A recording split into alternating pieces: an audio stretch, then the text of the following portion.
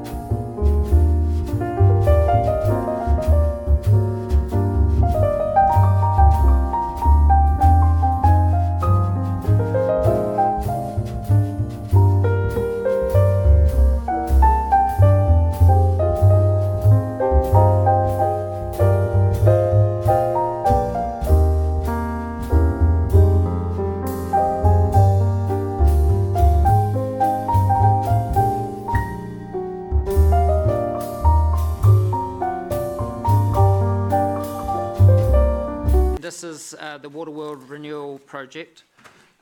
So we'll take the report as read.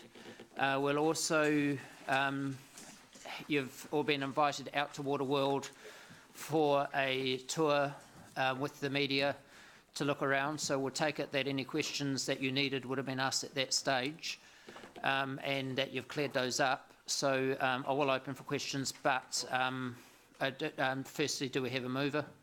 Councillor Mark, seconded by Councillor Paula. Running Councillor Paula. Okay, so we have questions. Mark, was yours questions or we? Okay, thank you. Councillor Ange. Thank you. Just a question on page 115 under the financial considerations.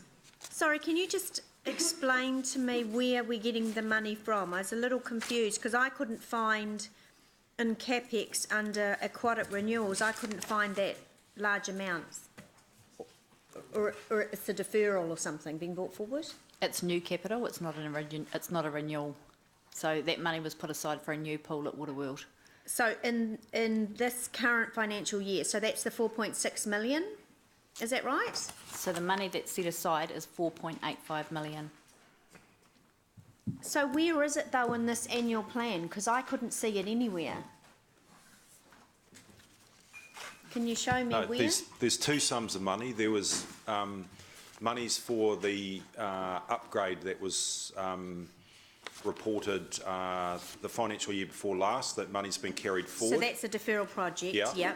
And then the additional monies that we're suggesting that council considers to complete the whole project is brought forward from a money that was in the LTP further out for a new pool. So we're saying bring that forward to actually make up the other 5.6 million that's needed to complete this project. So perhaps I don't think the Finance General Manager is here, to the CE, where in the annual plan do we report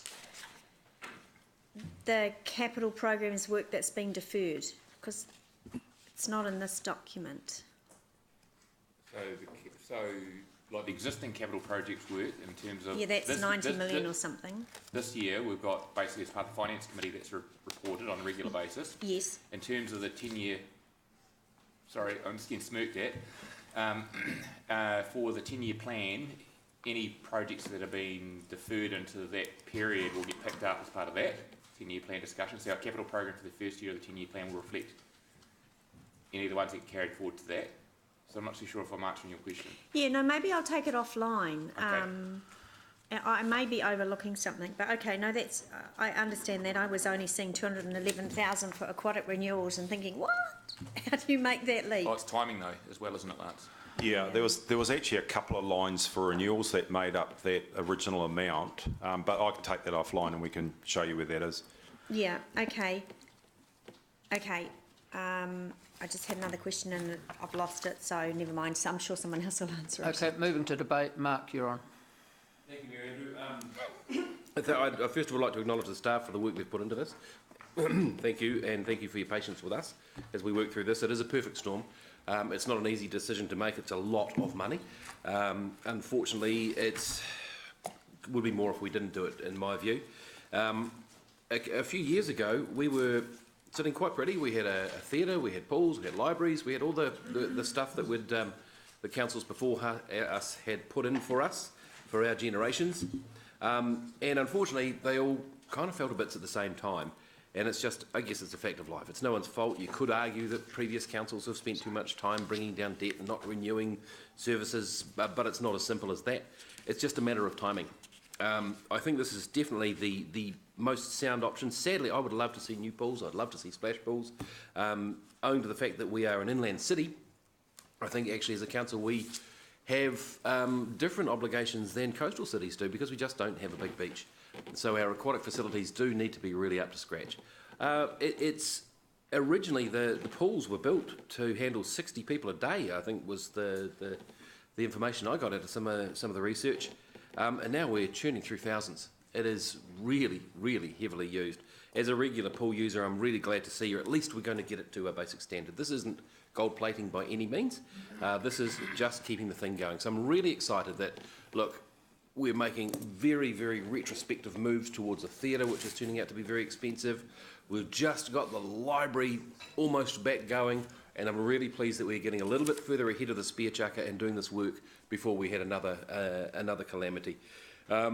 So, yeah, I'm quite happy to support this. Again, very cognizant of the fact it is a lot of money at a very tough time when growth is upon us and our amenities are starting to break down all over the show. But I, for one, don't want to see a reduction in amenities in the city at all. So, yep, I'm all for it. Thank you. Councillor Paula. Thank you very much. I agree with the commentary of my colleague, Councillor Bunting, in this matter. Hamilton does deserve a decent level of service for all of its community facilities, and that's something that we're struggling with and working through as we face this big growth challenge as well. How do we grow the city, but how do we keep all of the community facilities? And that's the pools, that's the libraries, that's the crematorium, it's a lot of things. How do we keep them in the condition they need to be?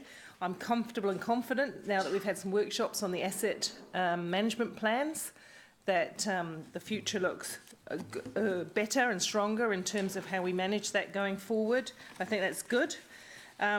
This won't be the end of it. I've had lots of conversations with the public on this topic, and they're all keen to make sure that they can be back swimming as soon as possible in the pool. It's very, very well used. This won't be the end of the discussions on aquatic services, however, councillors, because Sport Waikato and other users of swimming services across Hamilton and the sub-region even have identified a lack of lane space and a lack of aquatic recreation opportunities pertinent to the population. I just want to tell you something though, councillors, it's a matter of what people are willing to pay for, because Te Awamutu yesterday, a press release came out, Te Awamutu yesterday, they are spending 600,000 on new pipes.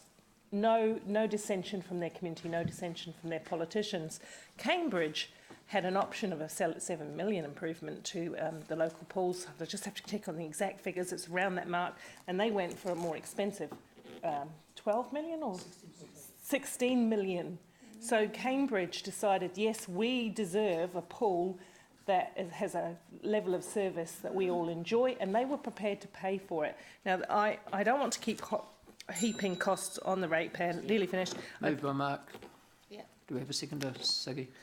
I don't want to keep heaping costs on the ratepayers whatsoever, but you know, we've just got to do that. We were out there yesterday. We saw with our eyes the basic work that needs to be done. I might even quote Angela here. Let's do this. Let's do it. I know it is, but you know, it seems to be doing the rounds today. But just goes to show a catchy phrase is good, isn't it? But no, in all seriousness, I know this is the right decision for the community, for a city the size of Hamilton. It deserves this. Councillor Dove. I agree with a large part of what the previous speakers said, both of them, though I would not describe myself as excited in the same way that Councillor Bunting did. I guess different things excite different people. So Bunty's excited by having to spend extra money that we hadn't planned. Good on you, Bunty. But I would like to thank the staff because I and a few others had some quite big reservations when this first came to us, and they did a lot of work to explain the issues and to go through them with a fine-tooth comb and to pare things down. And I think they have done a good job of presenting something to us that's clear and necessary, and I'm certainly going to support it because of that. I think this, though, is a lesson to us. Don't put off today until tomorrow, because that's what's happened for the last few years in this council, and it is a bow wave catching up with us. It's not just a perfect storm. They all happen to arrive at the same time. A lot of this actually should have arrived several years ago, and we've now put it off to today along with a whole lot of other things, and it's going to be a real problem for us. But a pool in a city like Hamilton, as the other speakers said, is vital. It is a piece of vital infrastructure. It's just not a nice to have. So I'm supporting this. Okay, we've had 3 speakers speak for it. Is there anyone who wants to speak against? Okay, we'll go to the board.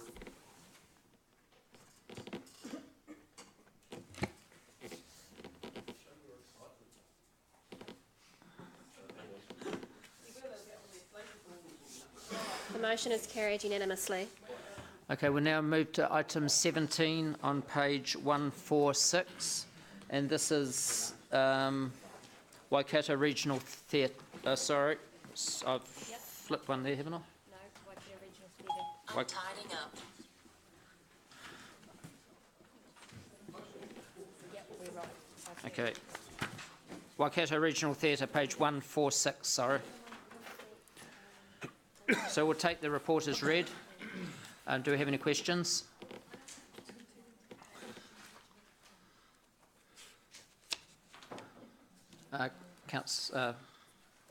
Sorry. Okay, I'll go to the board here. Councillor Mallett. Thank you. Just in the staff recommendation, just some clarity. We're on C, we're agreeing in principle to seek. That normally we would, sometimes we agree in principle, we don't normally seek. We either... Excuse me, could I just interrupt? Sorry, Gary. Yep. So I've introduced the wrong paper here, where I said it was the Founders Theatre. It's a Waikato Regional. Sorry, it is a Waikato Regional Theatre. Right. Yeah. So yeah, I've got the right one. Sorry, 146. You can take your apologies away now. Yeah. So is that the best? Is that the best way of enunciating that? Well, possibly not. I guess what I guess because my understanding. Sorry, Sean, I asked you a question and then jumped in when you're trying to answer it. The word "seek" is the one that changed. That surprises me. Yeah. So if I may, first of all, the funding has to go through the long-term plan process that we're embarking on now. So I guess we have to get through that process, but also we are, as you're aware, and as we've discussed previously, looking to see if we can find other funding to go towards that 30 million from other sources, whether it be other local government sources or central government sources. But I'm happy with if you want to change the wording. But is it just easier, the council agrees in principle, to contribute $30 million towards... Well, recommend to the 10-year plan. Is that what we're doing? What are we doing? Yes, that is. But that is part of the... I mean, just to step back, this paper has 3 sort of primary roles. One is to respond to the proposal or the phase 1 report from Momentum Waikato that the council received last month. The second is to respond to 2 requests that were made of us by Momentum Waikato with regards advancing some further money towards the design work for the theatre concept plan, and also to look at a property question that they've raised. The third matter was really to take this whole question as a part of our LTP process out for public consultation, which is a part of the what do you think about council raising $30 million to contribute towards it. So that's really the purpose of the paper. Okay, then, so I guess we're not going out to the public to say ratepayers will pay or our debt will pay $30 million plus GST. We're saying we will be responsible for raising 30 million plus GST. Where it comes from has yet to be determined. Is that kind of what you're trying to say? That's correct. But to be fair, the consultation process is going out there to say, do you believe that council should look to fund or provide a contribution towards this new theatre at the $30 million level? And that's why the wording's worded that way, is effectively to give us guidance that you're comfortable for us to put $30 million into the consultation document. The 10-year plan aside, we'll vote at the time whether or not we continue with the 30 million. Okay. But we want to do the consultation before outside the 10-year plan process. That probably solves that. Thank you. Councillor Ange. Thank you. Just on page 146, under the staff recommendation, and I'm happy to move when you're ready, Mayor Andrew. So, do we have a seconder? Okay, moved by Councillor Ange, seconded by Councillor Paula. The unbudgeted funding of $250,000 for the momentum, or for the governance group to move towards the next stage, will be. That's D. Yeah, D. Yes. So unfunded. Are you going to?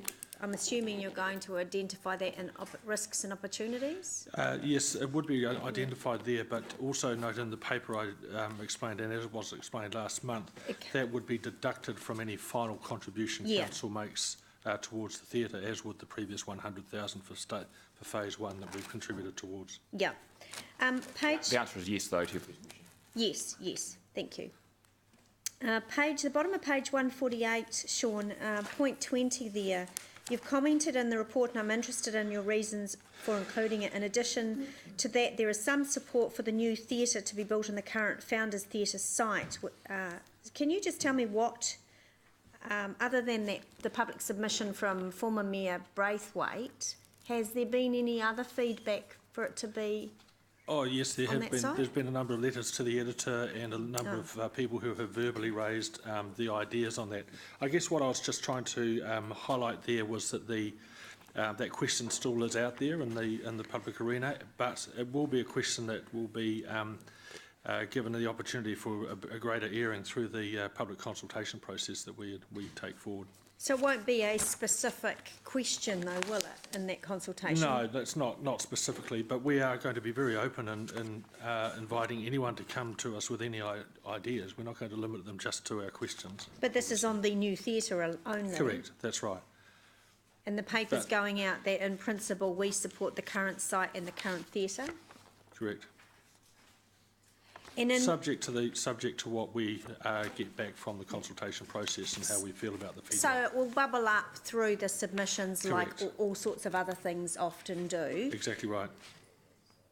Even though, because we didn't, correct me if I'm wrong, but we didn't consult on a specific site when we got the initial feedback from the community on what are we going to do about a new theatre? Yeah, that's correct. We didn't consult on a specific site, but there was at the time a lot of feedback on ideas of where it should be, and the central city was one idea generally that was mooted. But obviously the Momentum panel that worked on this project up until now, they did a lot of extensive work on site locations, which included the existing Founders site. Yeah. Okay, thank you. Councillor Mark. One question, thank you. Just for clarification, the point 25 on page 149, staff recommend council declines Foster Construction's offer to purchase property adjacent to the Waikato Regional Theatre. Point 3, I beg your pardon. 23. What was that? Well, within the proposal put forward by Momentum Waikato last month to Council, they included a notation on some land that had been purchased by the chairman on a personal basis for Momentum Waikato, Leonard Gardner, that was adjacent to the proposed site for the new theatre. So which land was that? So just to the north of Sappermore Jones, just opposite the statue there, because it's actually quite a valuable site, or quite a strategic site vis-a-vis where they're proposing to put the new theatre. Right. And I guess what they felt was that because of the the strategic value of that location adjacent to the theatre, and everything that will change around that corner, that council might actually want to take responsibility for that. What I'm suggesting here, pretty simplistically, is that the model that's being proposed for the new theatre, it will be under a very separate ownership structure. To council will be a financial contributor towards the build. It will be under a very separate operating structure, and we will be a contributor towards its operating costs. So there's no need for us to have a role in necessarily owning adjunct assets or anything that may happen with it. It's possible that the Momentum Waikato plan actually incorporates those two sites within its master planning if it needs some additional space for whatever reason. What's on those sites? Are they just buildings on those sites? I can't recall. I think there's It's a little dairy there's a is on dairy. the ground floor. There's a flat upstairs. Yeah, there's a dairy flat. Oh, okay. It's not. Right. Yeah. So But it will be a small block, is it? Yeah, but it will be actually quite an important site for the development if some of it it will, proceeds. yeah. It'll be very important. Okay. And just from our point of view as staff, we're contributing in principle to do some engagement on it. We don't think it's appropriate at this point in time to invest any further funds in purchasing of an asset until such time as we have feedback from the community about progress, contribution towards the 30 million. Yeah. And anything we do would be out of that $30 million anyway. Right. So at this stage, we don't think it's appropriate to do anything substantive apart from just engage with the community. Yeah, cool. Okay, thank you. That's answered that. Thank you. Councillor Dove. Right, thanks. The point 28 on page 149, the annual grant of 1.1 million, several questions about that. One, when would it be proposed that starts, when the thing starts actually showing its first shows, or when it starts getting built, or? Very good question, and I think that's the sort of detail that I've talked about earlier on in the paper that still needs to be worked through in terms of how the model will come together. I think the expectation is that it would start the day the theatre opened. Yep. But I would caution that the conversation on that might change a little bit, because obviously there's a lot of work to be done in order getting the operating organisation up and running before the theatre actually opens. Can I just adding to that, so fully concur in the information provided to Momentum as part of this conversation was it would start from when it opened, as an outline. The other aspects Sorry, define opened. Is it when it's officially opened, so if someone cuts the string. Cuts a ribbon or something. Yep, and my understanding, Sean, is that the 1.1 million is yet to be approved by this council, so that number's also subject to this decision of this council, and the Momentum are well aware of that as well, that the 1.1 million comes down to effectively the cost of running a $30 million theatre, and we've always said that we wouldn't contribute anything more than what we would contribute to as if we were building a theatre within our budget constraints. So I wanted to actually ask about that, but how does that compare with what we were putting up or losing, if you want to look at it that way, on Founders Theatre on an annual basis when it was open, last open? That effectively reflects the contribution that we made to Founders plus. To Founders. Yeah. It is, including the depreciation. Including the depreciation on finance charges. But on a $30 million asset, it's the only difference. The depreciation on Founders was based on its book value. This 1.1 million includes the depreciation on a $30 million build. Wouldn't we be depreciating on Founders based on its replacement value? The Founders, if it had been still up? that's correct, but bear in mind that there was capital works has always been ongoing at Founders, so that then gets into the depreciation cycle. I'm not after exact figures. I'm trying to get a picture. Is it like, is the contribution that we were making to our major theatre going to be to the OPEX going to be roughly the same? It's roughly the same, as particularly in if you incorporate the other theatres that we recently exited as well. Yeah. But if I could just say, this 1.1 million is equally subject to the consultation process, just as is the 30 million, because it's a part of the package and the potential obligation. Sure. Now, look, the next one relates to the seating capacity, 14, 15, 16. is it seen as a risk that the seating capacity drops by 200, that we thought we were getting a sort of a 5-door car, and we're getting a 3-door car, and we have to climb over the front seat to get into the back? I mean, there was a lot of discussion about the different size theatres we had existing, 600, 1,200, 5,000 over there, and we're getting quite close to the Clarence Street Theatre size of 600 with that. So is that a risk? Well, look, it's a highly debatable risk, and I have to say we've had a lot of discussion on this. First of all, the theatres review that came out, we always talked about, and this was a few years ago, we talked about the ideal theatre would be one that we could change composition, so it could be a 500 or 600 seat sort of more intimate theatre, but could be, say, around the size of Founders at 1,300. And the new plan is actually going to achieve that for us. The question about... But it says the maximum is 1,093. Yes, that's right. So the question about whether the maximum moving up to just under 1,100 is sufficient is actually a bit debatable. If I could... On Friday, I actually spent time with a number of commercial promoters or of shows that bring the commercial shows into town. And I have to say, in the room, they all had a different view on the optimal size. Some thought it should be 1,400, 1,500. Some thought that 1,100 was absolutely fine. Some thought it couldn't be less than 1,300 where we were. So it is a sort of a highly subjective thing. I have merely raised it in this paper so that you're aware that we are sort of in a respectful way challenging Momentum Waikato and the costings and everything else to say, are we sure we can't have a few more seats here? And so it's just one of those things that we have to talk through and have a conversation on. I take that point, but it's also, I'm thinking of the public risk here. Public saying, oh, those Wallies had a 1,300 seat theatre and they're spending 72 million, they're only getting an 1,100 seat theatre. What, do they know what they're doing, sort of thing, but in a growing city? I have raised that very point as well. So there's room still to have that discussion for quite a while yet? That is the whole purpose of the next design phase that we go through, is all the question marks or things for the conversation that I've raised here, is that gives us the chance to really explore those in more detail, because the architectural plans and the costings that have been prepared are very high level. They're getting pretty close to accuracy, but it's not until they start doing really detailed spatial planning for the theatre that they and more detailed costings that they can work out as to what can be accommodated or and that will come back to us for the next iteration. Absolutely.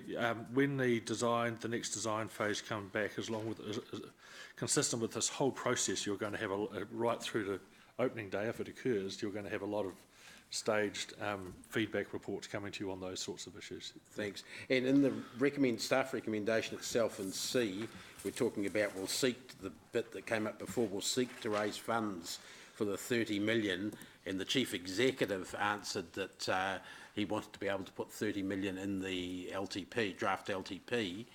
Isn't that a risk at this point if we want to go to the Regional Council and say this should be a regional project? And they say, well, you don't need it to be, you've already got it in your LTP, you know how you're going to handle it.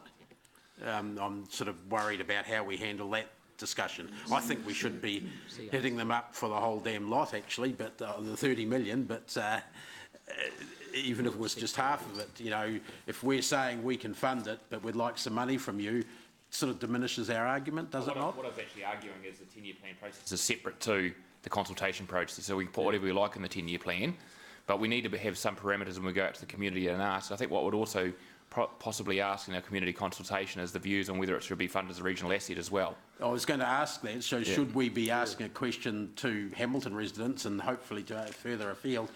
Would you support regional funding from Te Araha and Tokoroa and Raglan for this theatre? And all of Hamilton will say yes. Melbourne, then we'll get Sydney. No, don't go to extremes. No, seriously. Well, it's interesting that when we did the original consultation about the theatre replacement, we actually went out to Waikato, Matamata-Piako and Waipa as well. So we need to sit down and work through exactly what the engagement looks like and how far we reach. Yeah. So that's definitely on the cards, and I think we should do that. It's smart in my mind.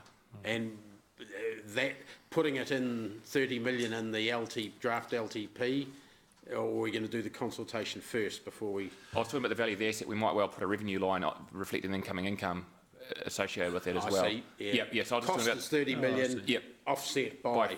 by funding. And I agree that the smartest way to do regional funding is through regional council rate, is my view.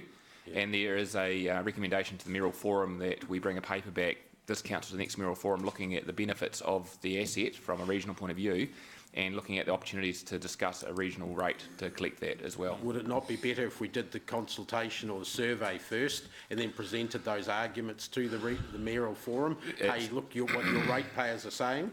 Yeah, it would be good. We're just two horses racing and one of them got there first.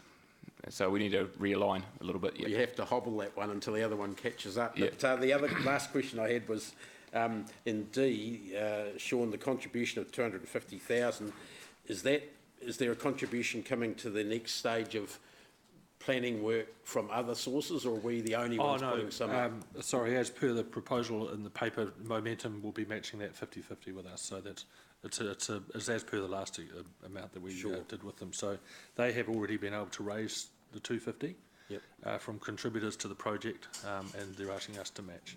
Thanks. Thank you. Councillor Paula. Thank you, Mr Mayor.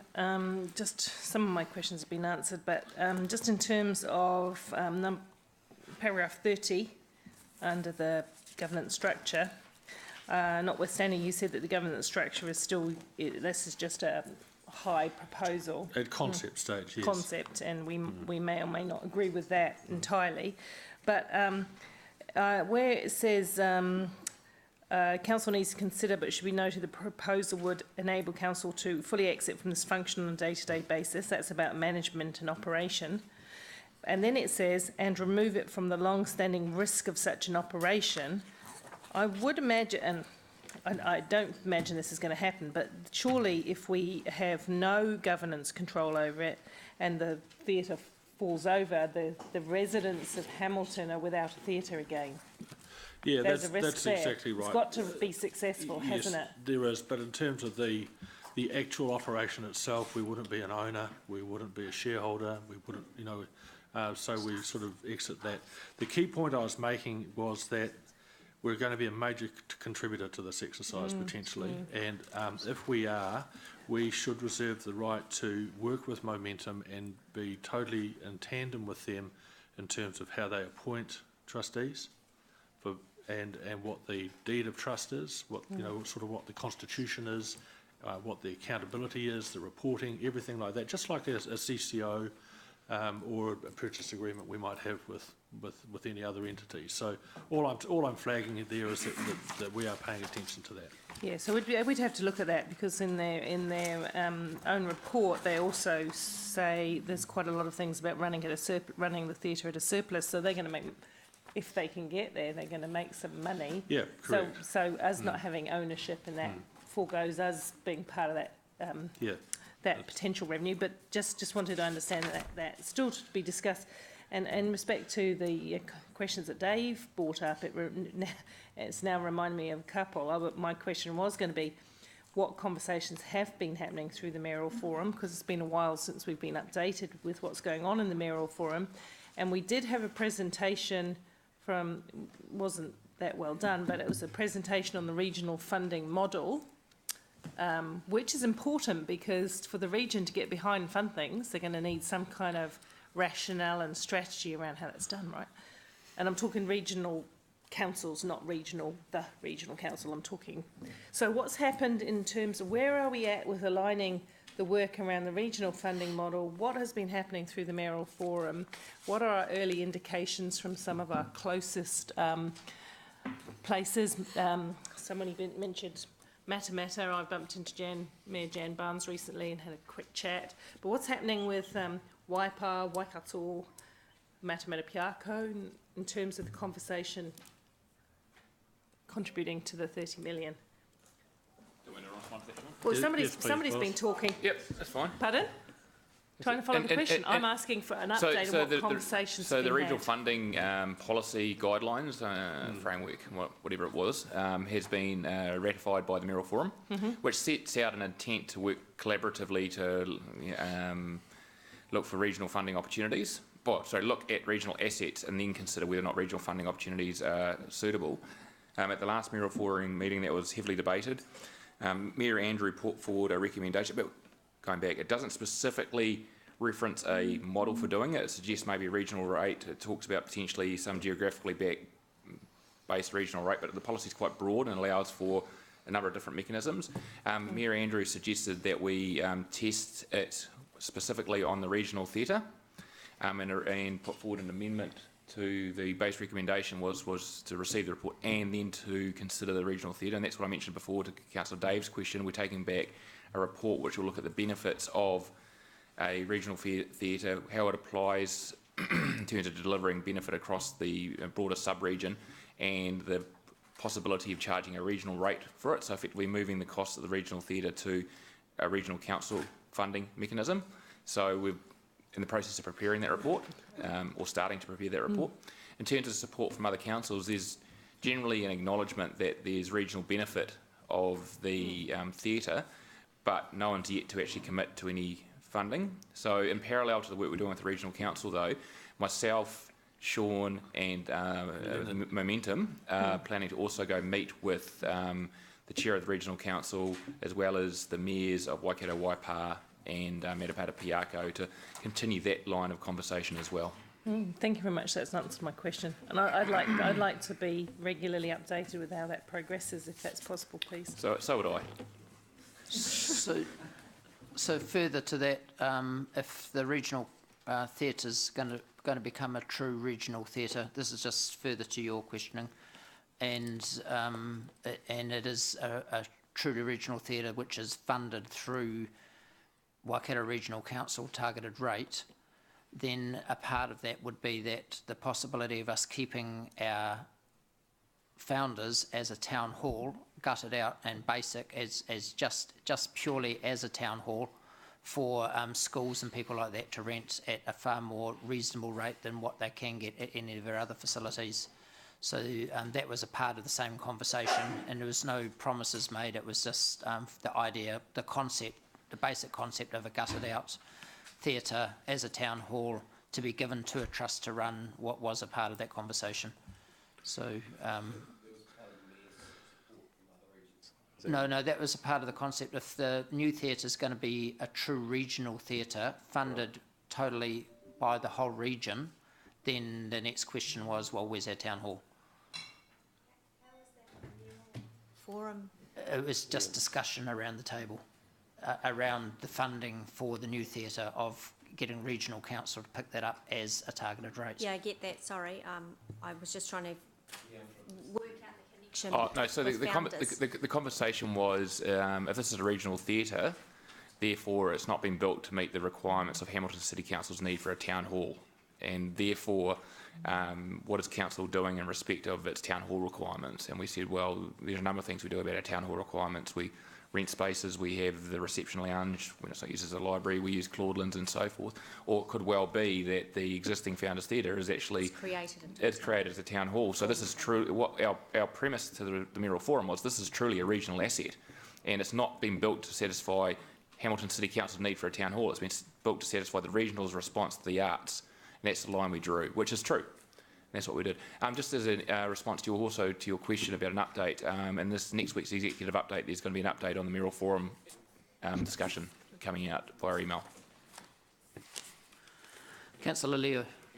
Yeah, just my concern, of course, is on page 149 under costings. This theatre closed in May of 2016. And then, of course, Momentum fronted up and said the build cost is going to be around 50 or 55 million plus just. And then last month, we came back at 72,888. Yeah, million. That's an increase of almost 23 million. And Dave mentioned this, as to seating capacity, if we go up to, I think it's about 1,200 and something in the old Founders, we're going to be looking at 85 million. It seems to be getting bigger and bigger as we go, the price, and probably take probably 4 years before it's completed, and we could be up to 100 million. Was this a concern, Sean? Good question. Can I respond to that, Councillor Leo? So basically, we've been really clear from the get-go that we have a commitment of no more than 30, well, it's not even a commitment, that we have agreed to a degree at $30 million. We have, right from the beginning, consulted with the community about what they want and so forth, but ultimately the decision about what we invest in terms of a theatre, will be the decision around this table.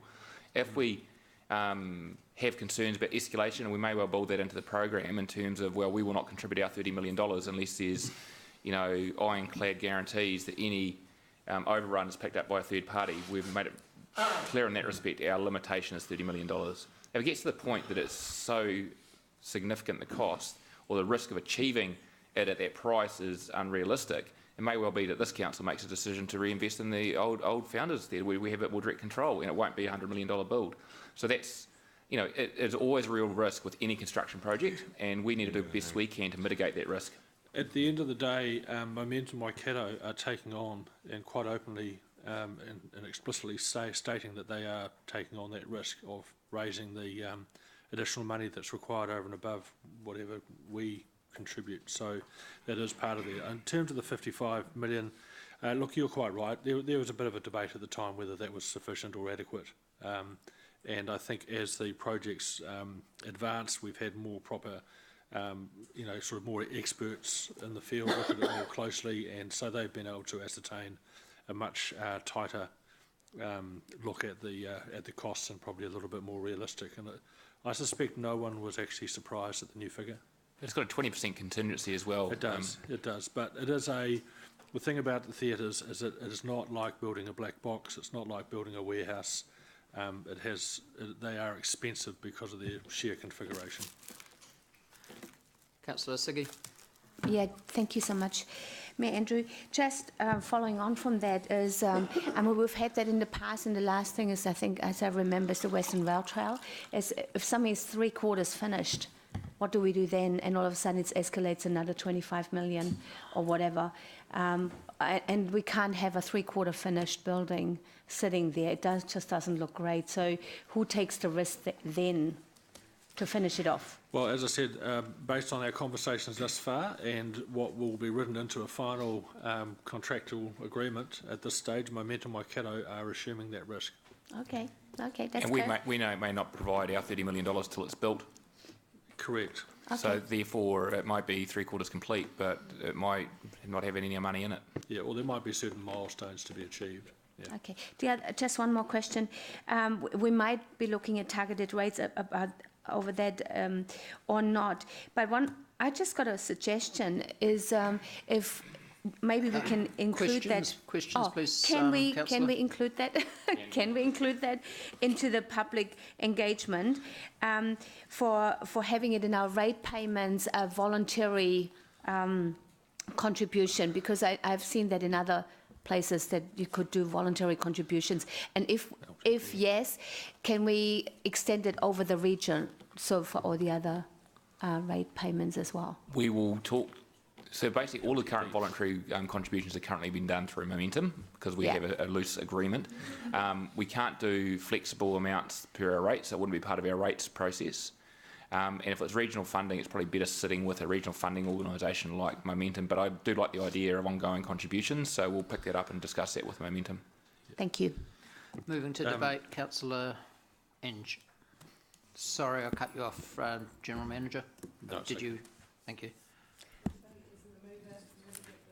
Yes. Yeah. Enge is the mover.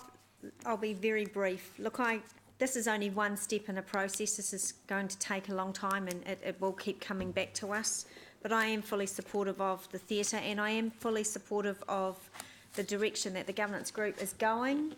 I think they are talented people. I think they're committed, and I think Momentum, in terms of the funding that they've been able to raise very quickly, I think was it last week or the week before, we saw 15 million, is just evident that people in the city can see, and in the region possibly can see the future and what it's going to look like. And I love these visionary things.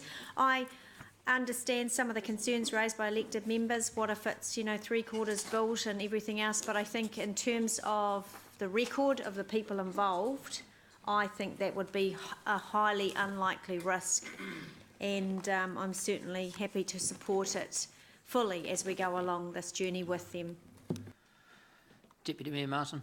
Thank you. I obviously support the recommendation. I think the consultation document with our LTP is very critical, and I don't think we should underestimate the support that may exist for the current Founders Theatre site.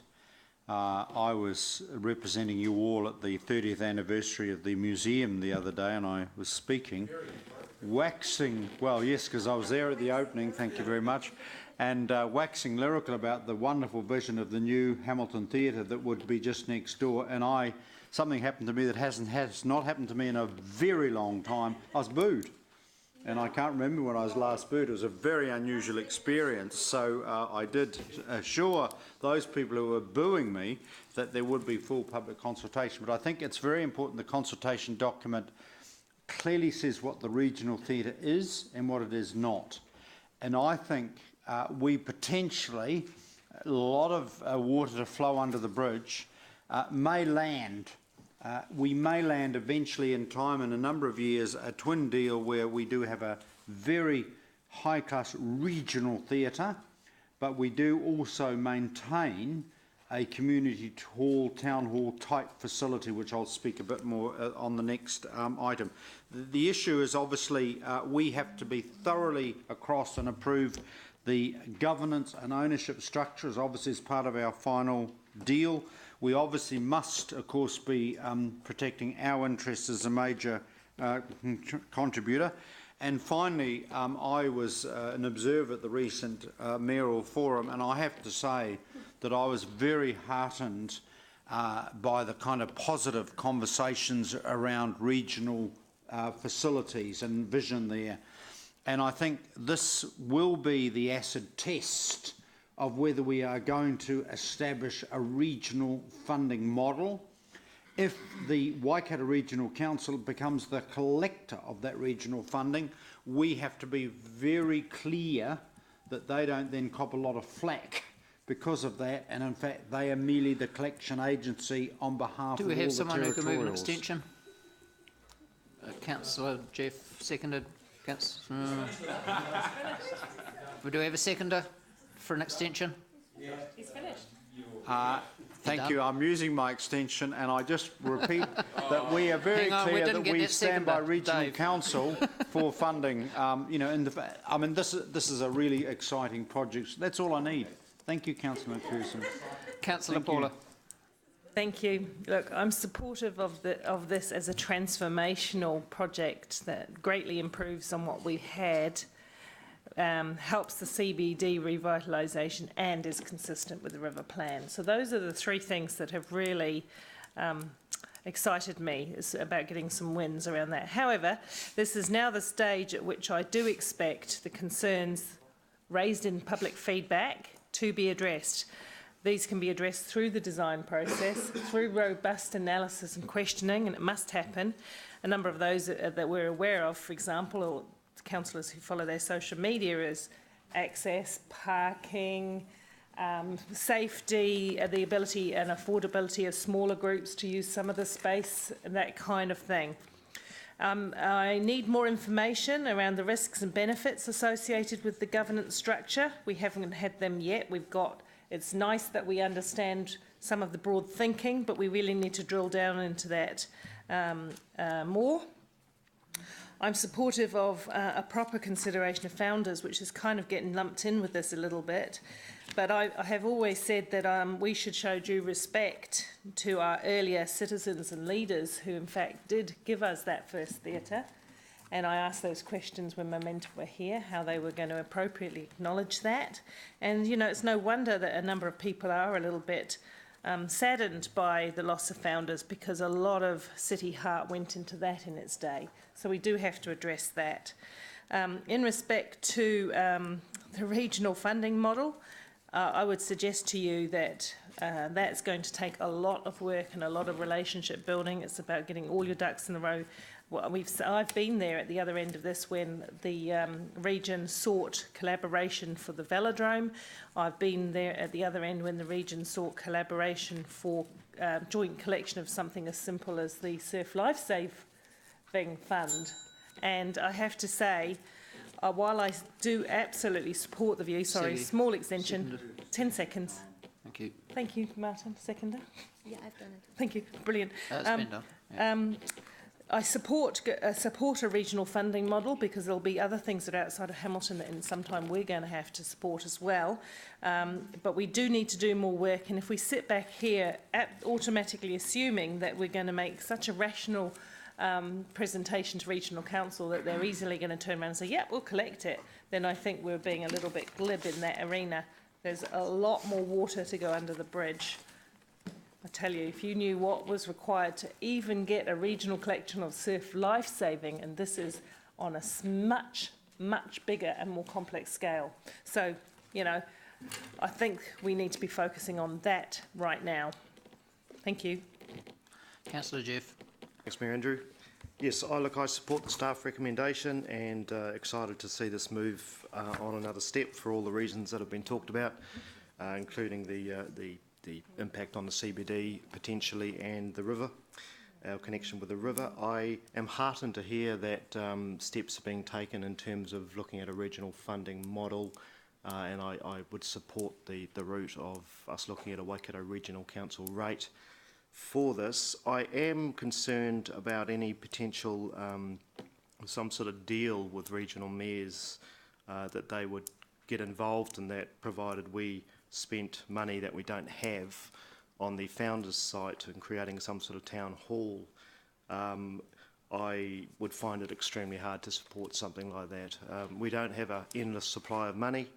We're committing to a massive project of nearly $73 million. You can't have your cake and eat it too. So at some stage, for me, sentimentality is going to have to give way when you're looking at spending millions of dollars. So I'd just like to signal here that I'm not particularly keen on any sort of deal there. I'd find that very hard to support. I would like to see the onus on the regions to support this on its merits, and I look forward to their support. But yeah, just to reiterate, very excited about the project and keen to see what the public have got to say. Thank you. Okay, we've had 3 people speaking for it. Gary, which way were you going to speak? Go ahead. Thank you. Look, it pains me to say this because I know some of the people who are behind the philanthropic efforts in this space, and they are putting in an incredible amount of their own money, their own time, their own expertise. But I just want to, and it's already been signalled in this discussion already, that this thing, even within the space of 3 to 4 months, has almost doubled in price. So we started off with something between 50 and 55 million. Then the last update we got from Leonard was sort of 75. Now I appreciate there's a big contingents in there. We're now talking in, well picked up, Leo, the $85 million. We're now talking about $85 million plus founders. 6 months ago, we all sort of, well, most of us sort of chuckled if we considered that we were going to have 2 theatres, a regional theatre and the founders. Now founders is live again. So we are now looking at something, I don't know, something circa $100 million, I guess, and that's in the space of, I think, 6 to 8 months. I'm not too sure how long this process has been underway when Momentum got involved, but this thing has grown like a bloody topsy and astonishing. And we haven't put the brakes on at any situation. At no situation have we said, we haven't put a line in the sand. And Siggy's absolutely right. We can't, and I know we've got all these, we pretend we can manage this thing, but we can't. If there's a 3/4 finished theatre, we can't stop building it. We'll have to finish it. We'll look like absolute clowns if we don't. So guys, I'm sorry, I can't, and look, it really aggrieves me that I've got to knock some of my mates around on this one, but Yeah, I just can't support it. I think what we're doing, I think we're just about to sign off on this council's V8s. I'm very concerned. Thank you. Councillor Mark, what way were you going to speak? I'll speak against it with an incredibly open mind. And Nice. You know what? Actually, I've changed my mind. I speak. No, actually, you know what? I speak in favour of this Moving now. on. After my, all right, I'm in for it. You speak vaguely. Forget it. I think it's absolutely. It's a very exciting thing. I echo what Councillors Taylor and Mallett said, but I'm cognizant of what the Chief Executive said about it. It's only going to be. We have a limit of 30 million. That's all we're putting in, and the rest of it is on those other people. Councillor O'Leary made a very good point that these people have a good track record. You don't see many half-finished Foster's buildings. They're a good, solid bunch, so I do trust them. You know what? After my brilliant speech, I have changed my mind. I'm fully supportive of it. Thank you. Councillor Ange. Yeah, look, Mark's just add the icing on the cake. I was just going to, as my writer replied, just going to respond to Councillor Mallett, who said that we haven't put a line in the sand, and Mark Bunting said exactly what I was going to say, which is we have $30 million. That is our line in the sand. Okay, we'll go to the board.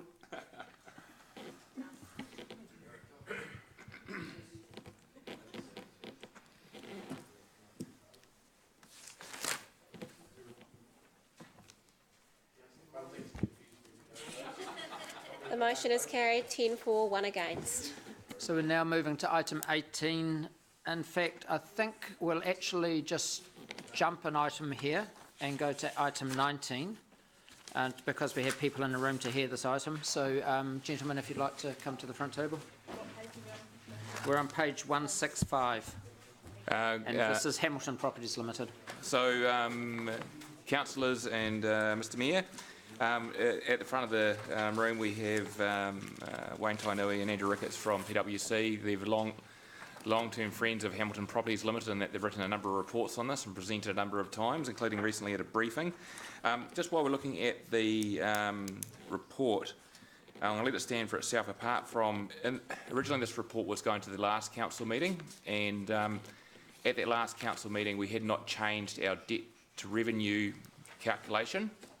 And this report refers to the old debt to revenue calculation, whereby if we invested in property or not through Hamilton's property, it was neutral on our debt to revenue ratio. Since then, we've adopted a new measure for our debt to revenue ratio.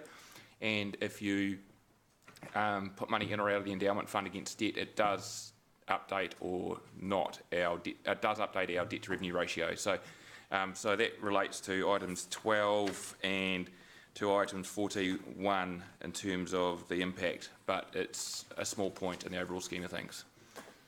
So I'll take the report as read, and is there any particular points that PwC wish to add? So just to flag before we go any further, I have a motion to put up ahead of the staff recommendation, and then I understand it quite clearly there'll be an amendment probably just coming behind it, which will probably be the staff recommendation.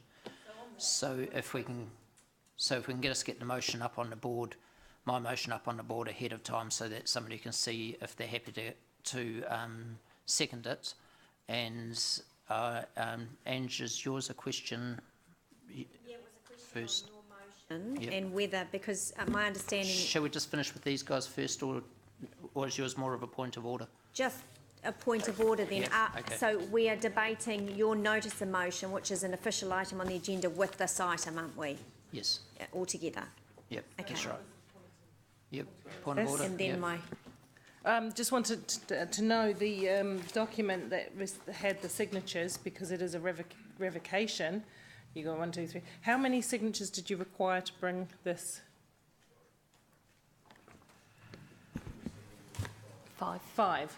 And Councillor Henry has said that she would like to withdraw her signature, or I may be wrong. What does that... Is that possible? If words were, I wish I hadn't signed Yeah. Okay, well, I didn't know that. I'm asking. I'm just asking.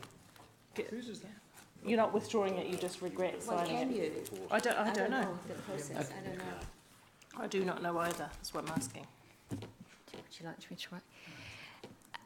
The notice of motion stands in my view. It was submitted and validated by governance at the request of the Chief Executive and submitted to him, and now has become part of the official record. Elected members can choose to vote however they like on matters as we go through the item. Thank you. Okay, welcome. Yeah, do you want us just to give a 2-second introduction, and then if there's any questions, I think we've presented to most of you. Yeah, we'll take the report as read, so just if you maybe introducing yourselves would be good so people know how to address you. Sure. So I'm Wayne Tainui, I'm a partner, PwC, and I've had lead responsibility with this piece of work in conjunction with Andrew. Right. Yeah, so I think if you refer to page 4 of our report, it'll have a different page in your pack. Which is page 173 of our agenda. So I guess the conclusion, point 3, was that our recommendation was that Council only undertake development which contributes to strategic objectives. And carrying on from that, if you accepted that property had a much higher risk profile than the current investment strategy, which was largely the debt offset, then following on from that, we were recommending that actual property developments were identified by the council team or in conjunction with the private sector, and that the risk profile of those real developments was assessed, and that preceded the appointment of staff or directors or the re-establishment. And really that's the crux of the matter. If I can add to that, probably one of the key messages coming out of the report is just simply around the investment in property development has significantly more risk than the current debt offset arrangement. And so what the report attempts to do is just highlight that and also emphasise from our point of view that in terms of undertaking development, probably the key thing would be, our view is it would need to be in line with your strategic objectives. So both myself and PwC are happy to take questions. Yes. Okay, Councillor Angela. Thank you, Mayor Andrew. A few questions directed to the governance manager first, just for my peace of mind. The notice of motion seeks to revoke the decision in full dated the 29th of September. But we made a decision, Mayor Andrew proposed a motion on the 9th of March to do the same thing, to revoke that decision. So in my mind, common sense tells me that the 9th of March decision is the decision that lies on the table. And if anything's going to be revoked, it has to be that decision, not the 29th of September. Can I have your opinion on that? Not without me. I need to view the exact wording of the motion you're referring to in the second. I believe that from my recollection of this, when I looked at it, is that the motion in March continued the motion that was put forward. The originating motion happened in September. The motion that was put forward, the resolution that happened in March, progressed or extended that. So I think it is valid for the motion in September to be a motion of notice for revocation there, because that effectively is the instrumental resolution, if you like, in terms of progressing Hamilton Properties Limited. Yeah, I do have some real concerns about the hierarchy of decisions, and I'm not wanting to be difficult. I just want us to have a legally robust process.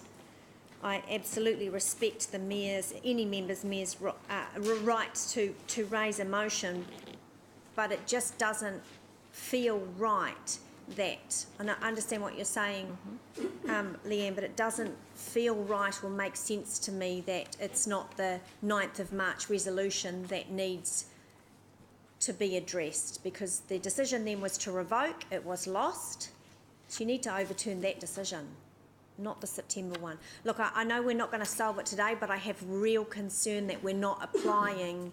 So if I notice of can motion comment, correctly. my view on that is when a motion's lost, this status quo remains. Status quo was the resolution of September.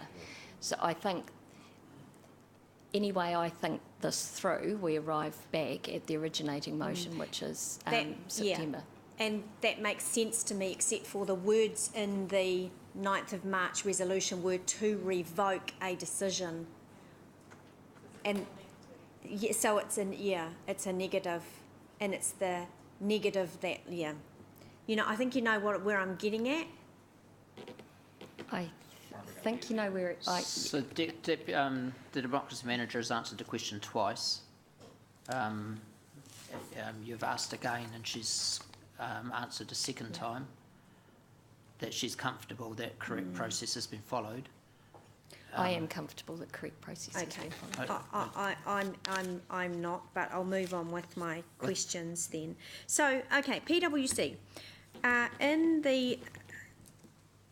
In the risk analysis that you've done, are you really just sort of saying to us that to reduce our level of risk, we need to perhaps look at the policy again?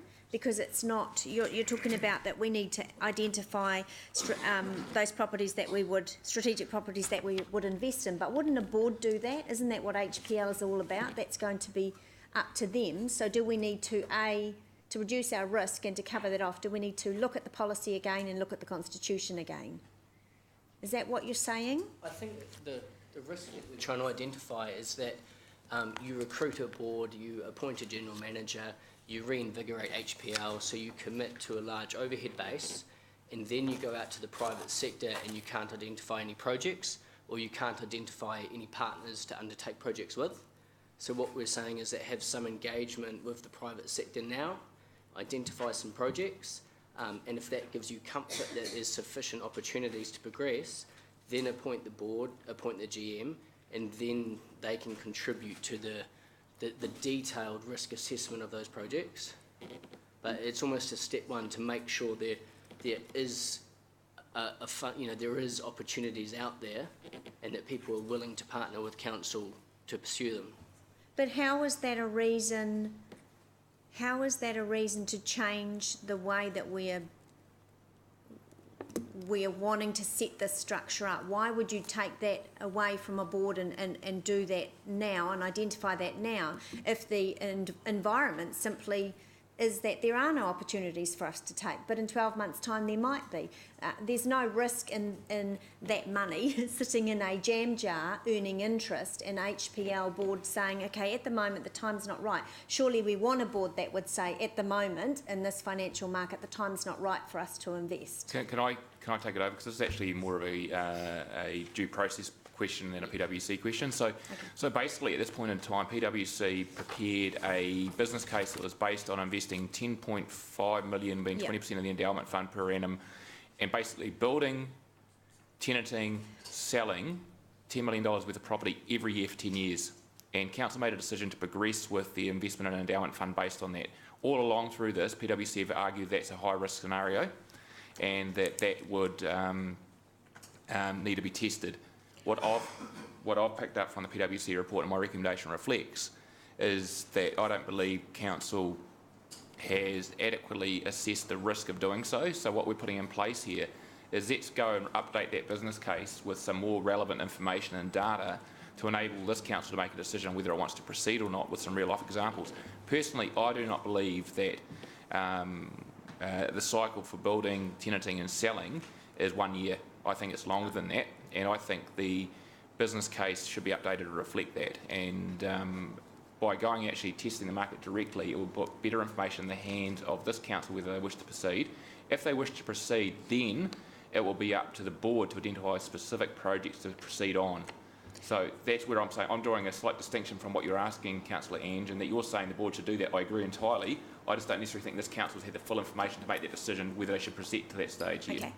So what I've gathered from what you said, Richard, then is one of the principles for the board driving investment activity was that we think they should do $100 million worth of development in the city over a 10-year period. Yes. It was based, that was one of the principles. That's correct.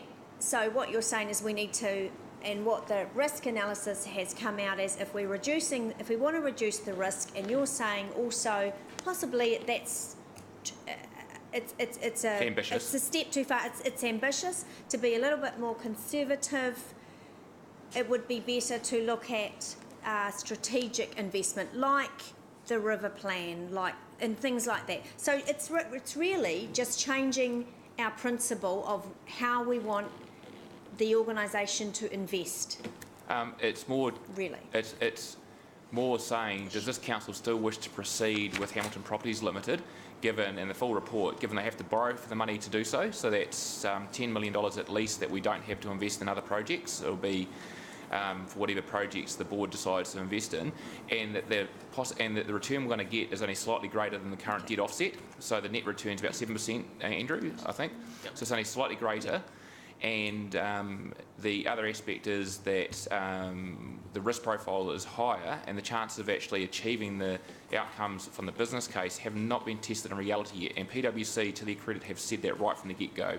And so what I'm saying is a pause at this point in time, Councillor Ange, to actually test those assumptions in terms of questioning this council's decision to progress with the entire concept of Hamilton Properties Limited. Then at that point, once we're satisfied they're willing to accept that level of risk, and you might go off and do the work, come back, yes, tick, progress as it is, then hand that responsibility to deliver those returns to the board to do so. So it's just changing the direction of travel for... It's putting a little bit of chalk under the wheel right now to make sure that we're comfortable that we made a due process. What I'm trying to avoid is us progressing and doing this, something happens and the market falls over, or not even that, or there's no projects out here. Suddenly we've borrowed $10 million to do this, and it sits in a third-party entity. We don't have the money for something else, and there's increased pressure on this entity to perform. They get into some projects, it falls over, and they come back and question our risk profile and say, well, you actually knew it was high risk, you still proceeded, what did you do to check that? And we say we didn't do anything. And I just want to make sure that when we come back and they challenge us, we say we have done something. That's all I'm asking, is there's a good chalk under the wheel to test it. There's value in strategic outcomes, and that's one of the things that PwC is a highlight. If you want to use it for strategic purposes, whatever we do with the endowment money, it needs to generate a return. So we can't use it to build the river plan in terms of non-commercial buildings, but we can use it to build to activate a site by doing a building, refurbishing it and leasing it. But there are commercial buildings indicated in the river plan. But yeah, oh yes, absolutely. That's right. Richard, a pointed question for you on page 166 under 12, and you've just said it anyway around borrowing the funds. And yes, we do have to maintain the funds and use it to offset rates. We're legally required to keep and maintain the base capital, whatever you want to call it. Maintain the principle. Maintain the principle. Have we done that? Have we been legally responsible by, I like using the jam jars, but it's easy to understand, by just putting, whether we borrow the money, no, I'm sorry, hang on. I think I understand your question. Yeah, the concern that I have is we're legally responsible for ring-fencing that money that's in that fund, the endowment funds. We have to maintain the principle of it. Whether we borrow it or not, where that money sits is in our debt. That's possibly, and I mean this in the most generous sense, mismanagement of the fund. We have to borrow it. It has to be there. There has to be capacity in the debt to service this fund and to maintain the capital of this fund. Yes, so at the moment we... And have we done it wrong? At the moment we maintain jam jars. Well, we don't cash back the jam jars. In this case we've tagged it with debt capacity, so we do. Okay, so we do that. And from it we've had a legal opinion on this, and to the extent to which the returns on... We do allocate interest to the endowment funds. To the extent to which the interest we allocate represents a market rate, and it is, we're safe in that respect. And the only time that there'll be a huge challenge is if we could have taken that money and invested it in a property and got significantly greater returns than our debt offset. So if we could have invested that money and got 20% returns by investing in property, and that's what the market said we would get as an average return, someone could challenge us whether or not we're effectively doing that. But what we've proven through this process is that the market rate would get through investing in property is slightly above 7%. That's probably, that from a legal opinion is not enough to challenge whether or not we're not maintaining the principle. Okay, it's a little grey for me, but you also said that, and this is my final question, you also said then that we pay the interest on the base principle of that fund. But to ourselves. We're taking it out of debt and paying it to ourselves and putting it back in debt because we don't maintain true jam jars. No, because jam jars are something that... Or reserve, we should say reserve. We do have reserve for endowment funds. We do have a reserve in equity for endowment funds. Not in a jam jar. We put it all in debt. It's not... I'm not going to get into an accounting lesson. Jam jars jam jars are something that we used back in the 80s before councils got into proper accrual accounting and got into proper... And got into debt. Proper 10-year... No, there's no connection to that. All the decisions around debt and entering into were made by those councils at the time. We have sophisticated means for tracking what we spend our money on, and the 10-year plan is one of those. Okay, thanks. I quite like jam jars, but yeah. Okay, before we move to the next councillor, could I just ask the Democracy Manager, who's done a little bit of research on your question, and just to...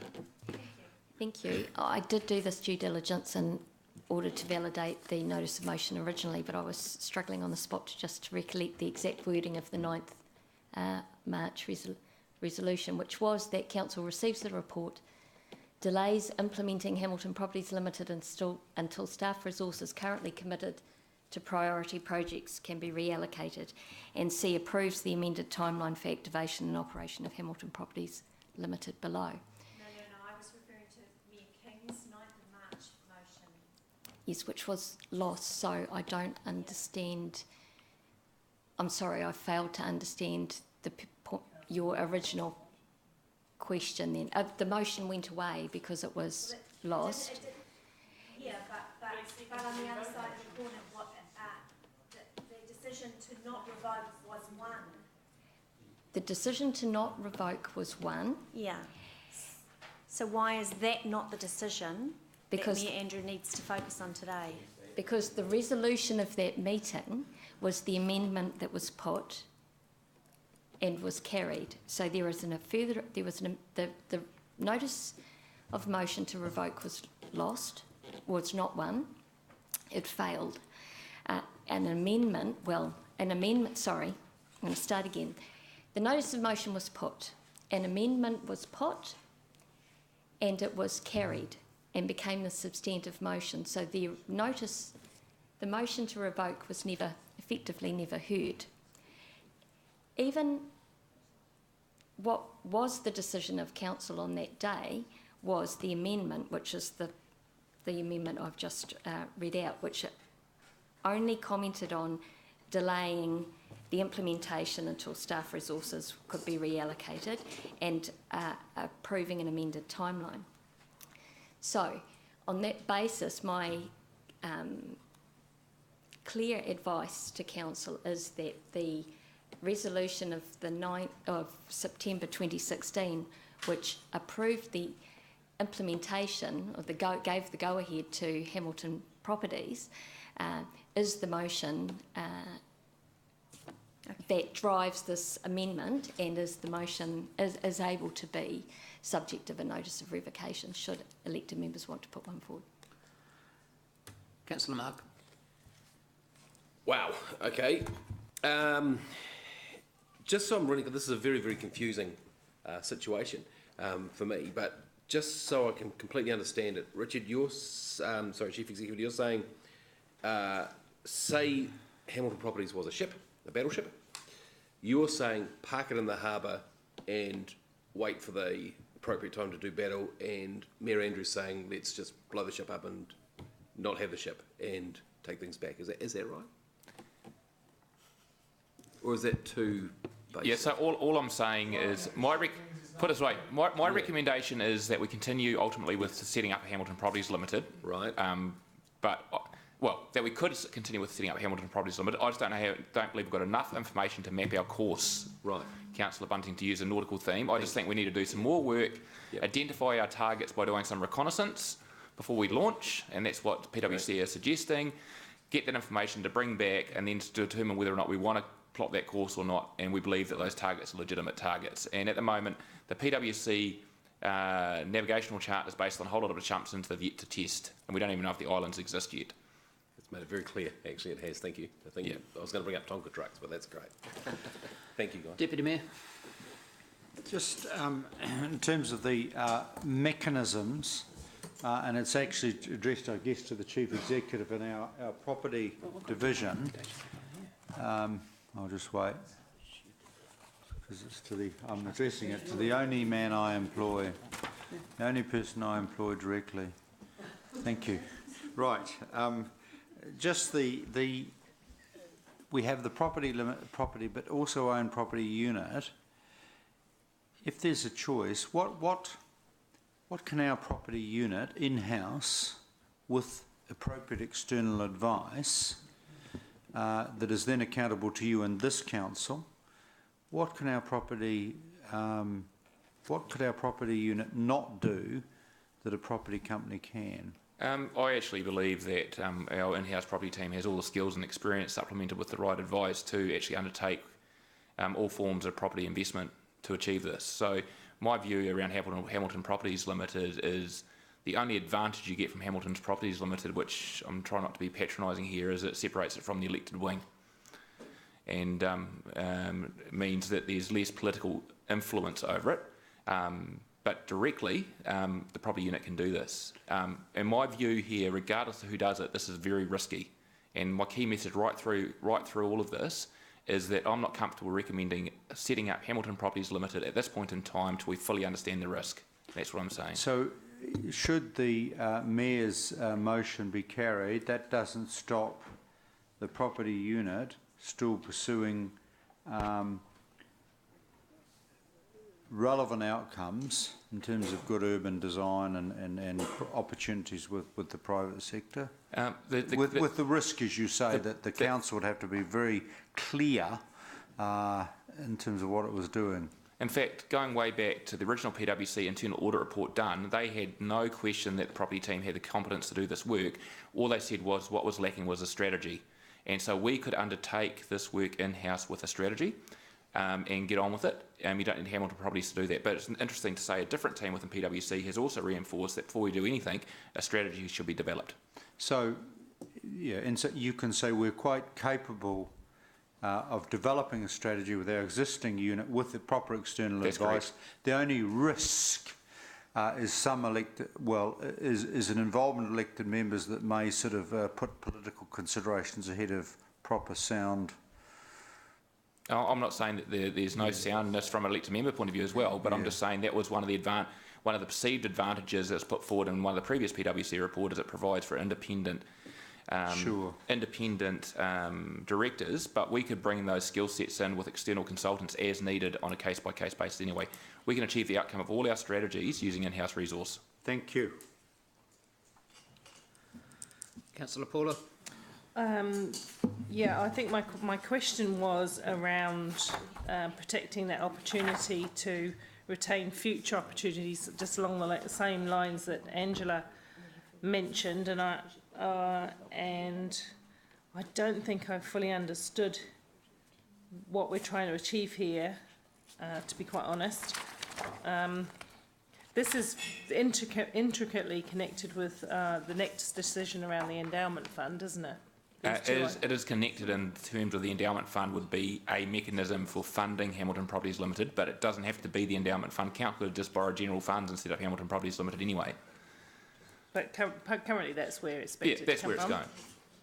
Ultimately, if I want to get down to it, I think that we were a little bit hasty in terms of activating Hamilton Properties Limited without doing a full risk assessment. And that's all I'm saying today, is we need to do that full risk assessment, develop a full strategy, and then come back and revisit the decision to continue if that's what Council wishes to do. Okay, thank you. Councillor Gary. Thank you. So I'm supportive of the kiboshing the thing. And just, there is risk even in putting money in the bank, because there's a thing called inflation which can deflate the value of your dollars. So nothing we're doing is There's no risk-free. without risk. Yeah, there is no such thing as a risk-free investment. What I think we're trying to do is determine the level of risk we're willing to, and so, yeah, money in the bank has some risk, but it's a much lower controllable risk than some other things. The next step up, I guess, is passive property investing, which is my definition is that it's, you're dealing with a property that's, a building that's already built with an existing tenant and a signed lease. So consequently, you've got some degree. Now there is some degree of risk in that also, because your tenant can go bust and all sorts of things go on. But there's a far greater risk going to the scenario we're talking about with a development company, which is, about buying land, about securing a tenant, about securing finance, building a building. There's all sorts of things. I guess this is, property development is kind of a little bit what we were looking at when we're looking at the regional theatre. You've seen what's gone on with the pricing on that thing within the space of 6 months. So, what are we in? Oh, sorry. Can you just all remember that when we come to the debate bit? Actually, that's probably on the screen now, so if you can... Yeah. Seconder there for my motion. Thank you, Councillor Jeff. And is there a seconder for... Is there a mover for the staff recommendation? Okay, so we'll move to debate. Look, so there's no amendment. There's no amendment. It's just a motion. Sorry, Andrew, I'm trying to keep up with I'm not used to the pace of speed we're going today. I will move, I'll move the staff recommendation as an amendment. Okay, is there a seconder? Councillor Paula. Okay, so we're moving into debate. Oh, no, but yeah, no, it is. What Gary said earlier, done. Yeah. That's on the record now. So what the plan here is that we go out and borrow money to put into Hamilton properties, to speculate and buy properties, to put people, to either build them or do them up, to put people in there, to sell it within a year. Whether we do or not is secondary. I don't mind if it takes 1 year or 5 years, to flick it off again and try and build up our wealth. So is this what council should be doing? Is this where we should be going? And we're aiming to make a 7% return when at the moment we're, by having debt paid down, we're getting a 5.75, getting a 5.5% return. I just see risk. I see a lot of clever people in the market who are already doing this, and we think we can do better by going out, hiring a board. I'm not quite sure what the board would get paid, but I imagine $500,000 a year to run a board, to keep it right away from us. And then you say, okay, well, don't keep it away from us, keep control. Well, does Andrew run it, the mayor? Does the chief executive run it? Does Gary run it? Or does Ange run it? Or do we all run it? And then we might as well do it ourselves. So the money's still in the endowment fund. The money's still there for this council to pick off projects one at a time and use that are good for the city and that lift the city. Not commercial buildings out in the middle of the sticks out in industrial areas to get a 7% return, but things that are good for the city, things that grow the city and things that bring opportunities to the city that wouldn't happen otherwise. So we still have the funds. We're not giving away the endowment fund. The endowment fund's still sitting there. There's a clear recommendation with the endowment fund to say that central government wouldn't let us shut it down anyway. And so that clearly is unlikely to be challenged in the next paper. And we've been clearly told we've got our own property team. The own property team has to stay there anyway, even if we have Hamilton properties. We don't sack them, we don't get rid of them, we're not downsizing. So our own property team is there, and our own chief executive has told us that our property team can do the job. So thank you. Councillor Dave. Yeah, I think that's correct, yeah. Just because it's the amendment. And oh, all right, sure. No, that's okay, thanks. Look, I have some sympathy with some of the concerns that are being raised around around HPL, but I haven't yet heard from anyone, or particularly from you, Mayor Andrew, around why you want to, other than some of the risk factors. What do you want to do with the money? I haven't been convinced yet about the why, and that's really important to me, because the principal foundation of the invisible cash sitting in the invisible JAMDAR is to offset rates for the ratepayer, and I am concerned that the risk of dissolving HPL means a pain to the ratepayer in the long term, because I have no understanding of what we're actually wanting to do with that money. I wouldn't want to see it dissolved. I know it sits in the endowment fund and that is a different issue, but you know, if everything gets dissolved without an understanding of actually what's the future vision for here, what are we trying to achieve by dissolving HPL, then at this point I can't support it. I am sympathetic to those views, I am, but I can't support it. And elected members, politicians, we don't always make the best decisions here in these circumstances, and groups of experts, and in particular Councillor Mallett always talks about his support for CCOs, and in effect that's kind of what this is. So yeah, those are my reasons for not supporting the motion at this point. Thank you. Councillor Dove. Thank you. I'm starting this discussion by saying what's broken, what needs fixing. We've got a perfectly reasonable operation at the moment. We've got people capable of doing this work. We've got a set of bean counters like you've never seen before in management that can oversee that. I really don't see why we are looking at going from a low risk status quo situation to a higher risk, giving it to someone else, borrowing $10 million that we are definitely, councillors, all of you thinking about supporting HPL, think about what that $10 million might be needed for as we go into the LTP, please. That will not be as easily available. We've, the high risk includes whether there's any work for this company to do, the financial cost to this council, the loss of control by the elected wing over something that we have control now, and we work well with staff on handling that when there are projects that come up.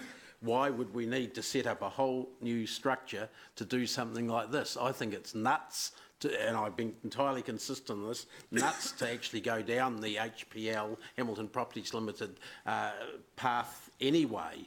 I think we've been handling that well, and I don't think there is any need for change. Angela says the elected member doesn't always make good decisions. The elected wing, sorry. That's true, but nor does the private sector make good decisions. I think Fletcher's have got quite a few problems at the moment, a couple of $100 million worth of problems. You know, there is no guarantee that anyone that is exempt from making poor decisions, but I don't think we have made poor decisions on property in recent times. We may have made on some facilities and activities, such as the V8s or something like that, but on property we haven't. So I suggest that we support the motion and stick with what we've got that's working. Thanks. Deputy Mayor Martin. Yes. When the notice of motion was shown to me, I signed that in the interest of democratic debate. I also am fully aware that since this particular resolution that is now being sought to be revoked, it was the previous council. This is a new mayor, a new council, and it's very healthy and appropriate. We should have a look at this again. My focus has always been on an outcome. An outcome for me is I want to do whatever we can, whatever levers we have, to get a good urban design, good urban amenity, good public outcomes. I've come to the slow conclusion that perhaps in reality, with a highly competent chief executive and a highly competent property unit, who occasionally I give a hard time to when they bring proposals, but again, they have robust questioning, just as robust as they'd get from some private bunch of directors with respect. that I think the mechanism to achieve those outcomes is to keep this in-house. I also think the PwC has given you a crystal clear set of recommendations, and what is actually relevant is this Chief Executive Mayor is totally capable of getting the appropriate external expertise. We're totally capable of judging that and evaluating that, and at the same time you save $500,000 which you might have spent on setting up the new entity and appointing a whole lot of external directors. The previous property company which I was around on council did some good things, and I think the development across where the BNZ hotel area was, their involvement, that was good. They're also capable of doing less good and exciting things, and that, if you recall, there used to be a red tin shed warehouse, and the property company was involved in that, and they may have been involved with that for a financial return, but I'm not sure if that was delivering to us the I won't be long. Was going to deliver for us the urban design and urban good outcomes. So I think in terms of the tools in the toolbox, I think we have an adequate range of tools in the toolbox with keeping our current system of keeping this in-house. I am also very grateful to a Chief Executive who I think has given us some very clear words of caution today and has in a sense said we can achieve all these outcomes with keeping our stuff in-house. Councillor Jeff. Thanks, Mayor Andrew. Yeah, look, I've thought long and hard about this in recent weeks. In the past, I've been supportive of HPL because I liked the idea of us having the ability to make strategic purchases when necessary for the good of the city. I now think it's probably proceeding with HPL is probably high risk and unnecessary. I'm just not at all convinced that we need it. The argument that councils shouldn't ever get involved in property and competing with the open market, I don't really have much truck with. I think there are times where a council needs to make strategic purchases for the good of the city, if it might be about revitalising an area, for example. The question for me is the vehicle that you use to do that, and do we need to create a new highly paid machine to perform that task? My thought now is that really we can stay nimble. Is it necessary that we appoint a group of directors at probably $500,000 a year who will essentially be looking for work to justify that? I don't think that makes sense. So if we go back to the nautical terms, I mean, do we need the Queen Mary to do this job, or can a launch perform it? I don't think we need to go over the top. So it's in the current market, I see a number of developers who are already out there doing it. What we would be doing, your Matt Starks in the CBD. So do the investment opportunities actually really, are there enough anyway to keep the board busy? I don't think there are. And I just don't see the need for HPL in the current environment. The council's in a position, I think, to make any strategic purchases that are necessary already with far less risk and less overheads. Thanks.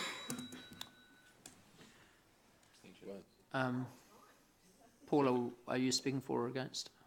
I'm speaking for the amendment. Okay, fine, go ahead. Thank you, Mr Mayor. Look, I believe that wise investment is essential.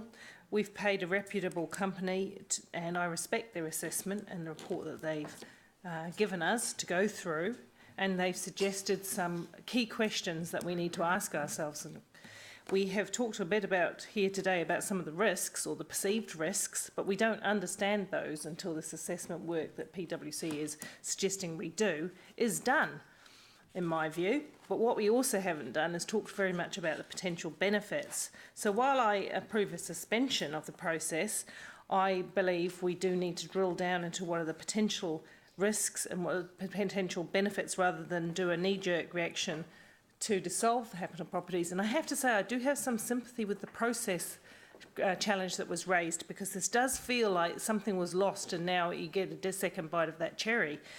to me, and I'm not quite sure how that works, and I'd really appreciate a sort of a legal opinion on that at some stage. But look, we would need to protect. I was really taken by this diagram, which had a number of critical success factors that I think we need to discuss before we dismiss this out of hand. And one of the ones I did like was the agility in action, along with the city vision. Well, we're still working through our city vision as a new council. We're also working through our long-term strategy. So to do this ahead of all of that just seems like we're trying to rush something through because a number of people feel strongly attracted to a particular point of view. We should not be dissolving HPL. We should be analysing it, risks and benefits. We should do that in depth. We should understand what it means. We should save the ability to do things into the future. We don't know what the future looks like. We need to retain that opportunity to do something in the future. We could lease land to a 5-star hotel. We could do all manner of things. We don't know what they are until we've had the assessment that this company has suggested we have. And for that reason, I feel strongly we should take their advice. Thank you. Harbour Master, Councillor Mark. Thank you. Yeah, look, yeah, and I'm sorry about being glib with the reference before. This is a really one of probably the most intricate decisions we've had to make in a long time, and to me, it's all about risk. It is all about risk on one, and it's very finely balanced. On one side, to me, I see yes, I appreciate the risk of suddenly going all out and charging down the property speculation route that the PwC has said, yep, that's very, very risky. I see the risk also of investing in an expensive, well-qualified board. Then PwC comes along and says, well, actually, you can make sure that your terms of references are right, if I'm right, so that you invest in strategic type things. But then I think, well, why don't we just do that ourselves? I see the other risk, on the other hand, of councillors making politically motivated property decisions, which I've been critical of for many, many years. But again, strong strategy should mitigate that. I like the idea of property developers coming to us saying, hey, partner up with us, we could meet a strategic end with you.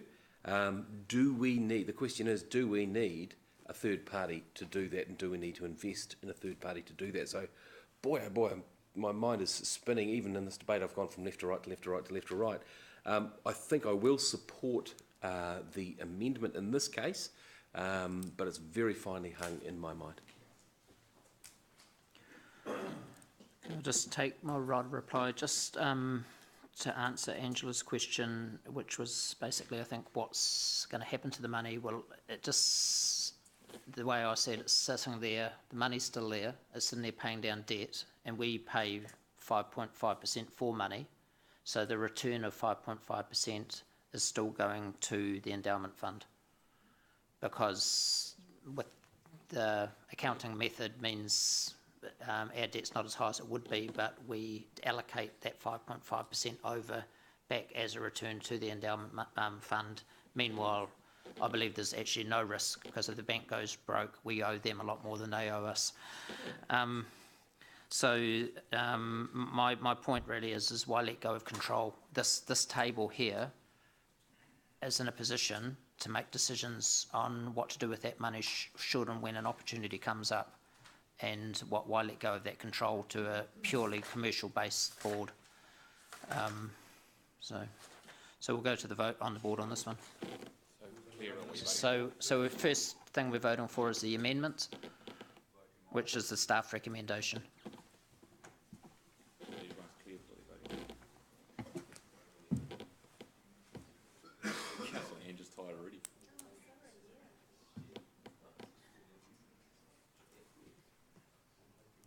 The amendment is lost, 7 against, 4. So now we go to the motion.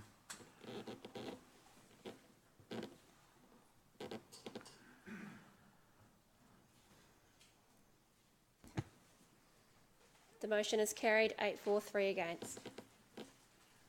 So we'll just go to the next paper because I know we've missed a paper, but the next paper actually runs nicely directly into this paper.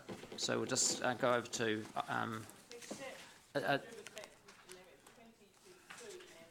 yeah, I was stopping for lunch at 10 to 2, which is 2 hours after the last break. So we just want to keep this moving, guys. So, but just before we do go to the next paper, item 20, page 189. So just before we go there, could I just have the democracy manager explain one of the questions that came up during debate? It wasn't appropriate for her to comment at the time on the last paper. Thank you, Mayor Andrew. I just want to make the point because I think it's very important that you all have confidence in procedural regularity, that repeat notices of motion are provided for in standing orders. And I confess it's a complex matter. I probably could have explained it more simply than I did, but I will am happy to have a conversation with any elected members post this if you'd like to understand exactly the provisions that have been applied here. Thank you. Okay, so item 20, we'll take the item as read and I'll open for questions. Thank you, Your Worship. I'd just clarify that the spreadsheet you've been handed is a corrected version. The amendment, attachment 1, had an error in it in the total cash line. The yield was given as 4.5% in the attachment to the report. It's actually 5.5%, as has been made clear a number of times today. So that that's in a revised spreadsheet. The other point I just make is that there are sort of two components, if you like, to this question of a dissolution of this fund. The first is the cashing up component, and fundamentally that's been largely done anyway, and within a very short period of time, and I'm talking sort of 12 to 18 month window. I think it's very likely that we will come back to you with recommendations to sell the 2 remaining assets of the commercial part of the fund anyway, as part of the normal property cycle.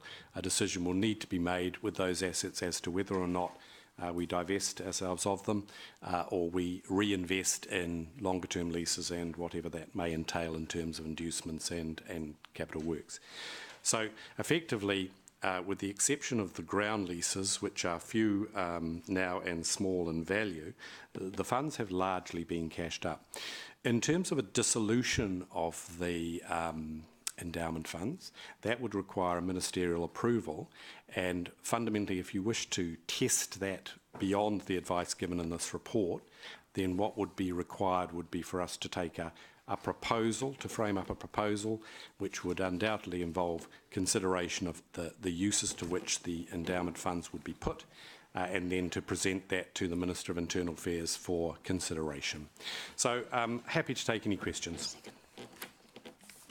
So I was going to move the staff recommendation. Do we have a seconder? Yep, sure. I was just going to suggest, and I'm happy to do a procedural motion, that given what you said earlier and the previous decision on HPL's gone now, and given in the report it says, just in the space of brevity and stuff, it says that, you know, it's a long bow for the Minister to wind up, that we move this to a briefing instead to have a better understanding of, and a better discussion actually, of endowment funds and what we're going to do with it. So I don't know if you just want to do that or if you need me to do a procedural motion. Well, can I just, oh sorry. I was just going to suggest we could certainly do that. Yeah. But that, nothing precludes to us. stop us to do that, even if we do vote through this. What I'm proposing is move with the staff recommendation, which means we don't go and ask to wind it up. Yeah. Which means the money's sitting there, and then I do think it's appropriate that we would have a briefing on. Yeah. And just rather than having the conversation today, whether a procedural motion would help you, but otherwise. Yes. Mr. Mayor is absolutely correct. If we just do the report as received, there's nothing to revoke later on if we do decide to approach the Minister to wind it up. We can and we will bring it on. We don't need a resolution to put on the briefing schedule. We'll consider it added, and regardless of what the decision is today. We'll start getting into a conversation around it. And we don't, you know, things have changed and we need to go back and consider that. So no questions, then we're straight to the vote. So, Are you going to put a procedural motion, Councillor O'Leary? Well, I'll wait and see what the Mayor feels he wants to do. Uh, I'm just trying to be, you know, in the light of brevity and for today's agenda. okay, so I'll take your Procedural motion. procedural motion, Okay. seconded by Paula. All those for? Any against? No. There's All no, excuse me, no talking. No one is allowed to talk. It's very clear in the rules. So all those for? No, excuse me, I don't even know what the procedural motion is. Okay, sorry, Ange, can you get your procedural motion up? Sorry about so that. the Fair enough. procedural motion was to defer the report to a future briefing. Is that enough? All those for? Any against? Carried. Okay, so now we're going back to the paper we mixed earlier, which is Founders Theatre, item 18, page 159.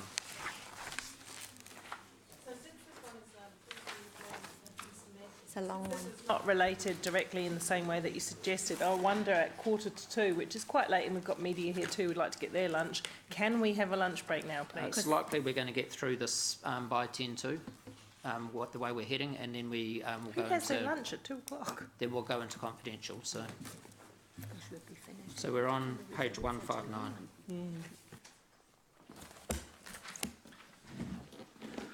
So before we get started, do we have a mover for the staff recommendation? Councillor James, seconded by Councillor Ange. Okay, Councillor Ange, questions? Thank you, Mayor. Thank you, Mayor Andrew. Sean, in the staff recommendation, it says approves the consultation plan. Is that the thing on page 183? Yes, yes, that is. Sorry, 183? The A3 pullout. It's not really a plan, it's just the topics you want to discuss in the consultation document. No, look, if you actually refer to page 160 and 161, number 11 under engagement, that really hopefully describes the plan for the engagement that's proposed. Oh, I see, okay. The attachment that you referred to presents the options that we Topics. thought we would present Yeah. to invoke response and conversation from the Yeah, public. okay. So given we've known this is on our books to do, why is the $27,000 to consult unbudgeted? Look, it's never been factored into any budgets, and I guess it's just been a matter of not being sure when it was going to happen. And bearing in mind that the last LTP was done a while ago, but yes, you're correct, we didn't put anything into the latest annual plan. So that's going to pop up where? Risks and opportunities? Yes, it will. I would say that the $27,000 that's been tagged is somewhat conservative on the upside, because we will be managing this within our LTP process. It's just we were going to go through some sort of extra special diligence, if you like, on the consultation with meeting with interested parties and so forth. Okay, so we are consulting with the public on the new regional theatre within the LTP, Correct. and are you proposing that we're doing this as well? This will be a part of it as well, but we will treat it a little bit differently because of really the nature of the unsolicited feedback and ideas that we've been getting thus far. It really probably does require us to put a bit more attention into it for specific conversation with people. So is that sort of like so you're indicating on here under point 13 that the survey will run for 3 weeks from the 28th of October to the 19th of November.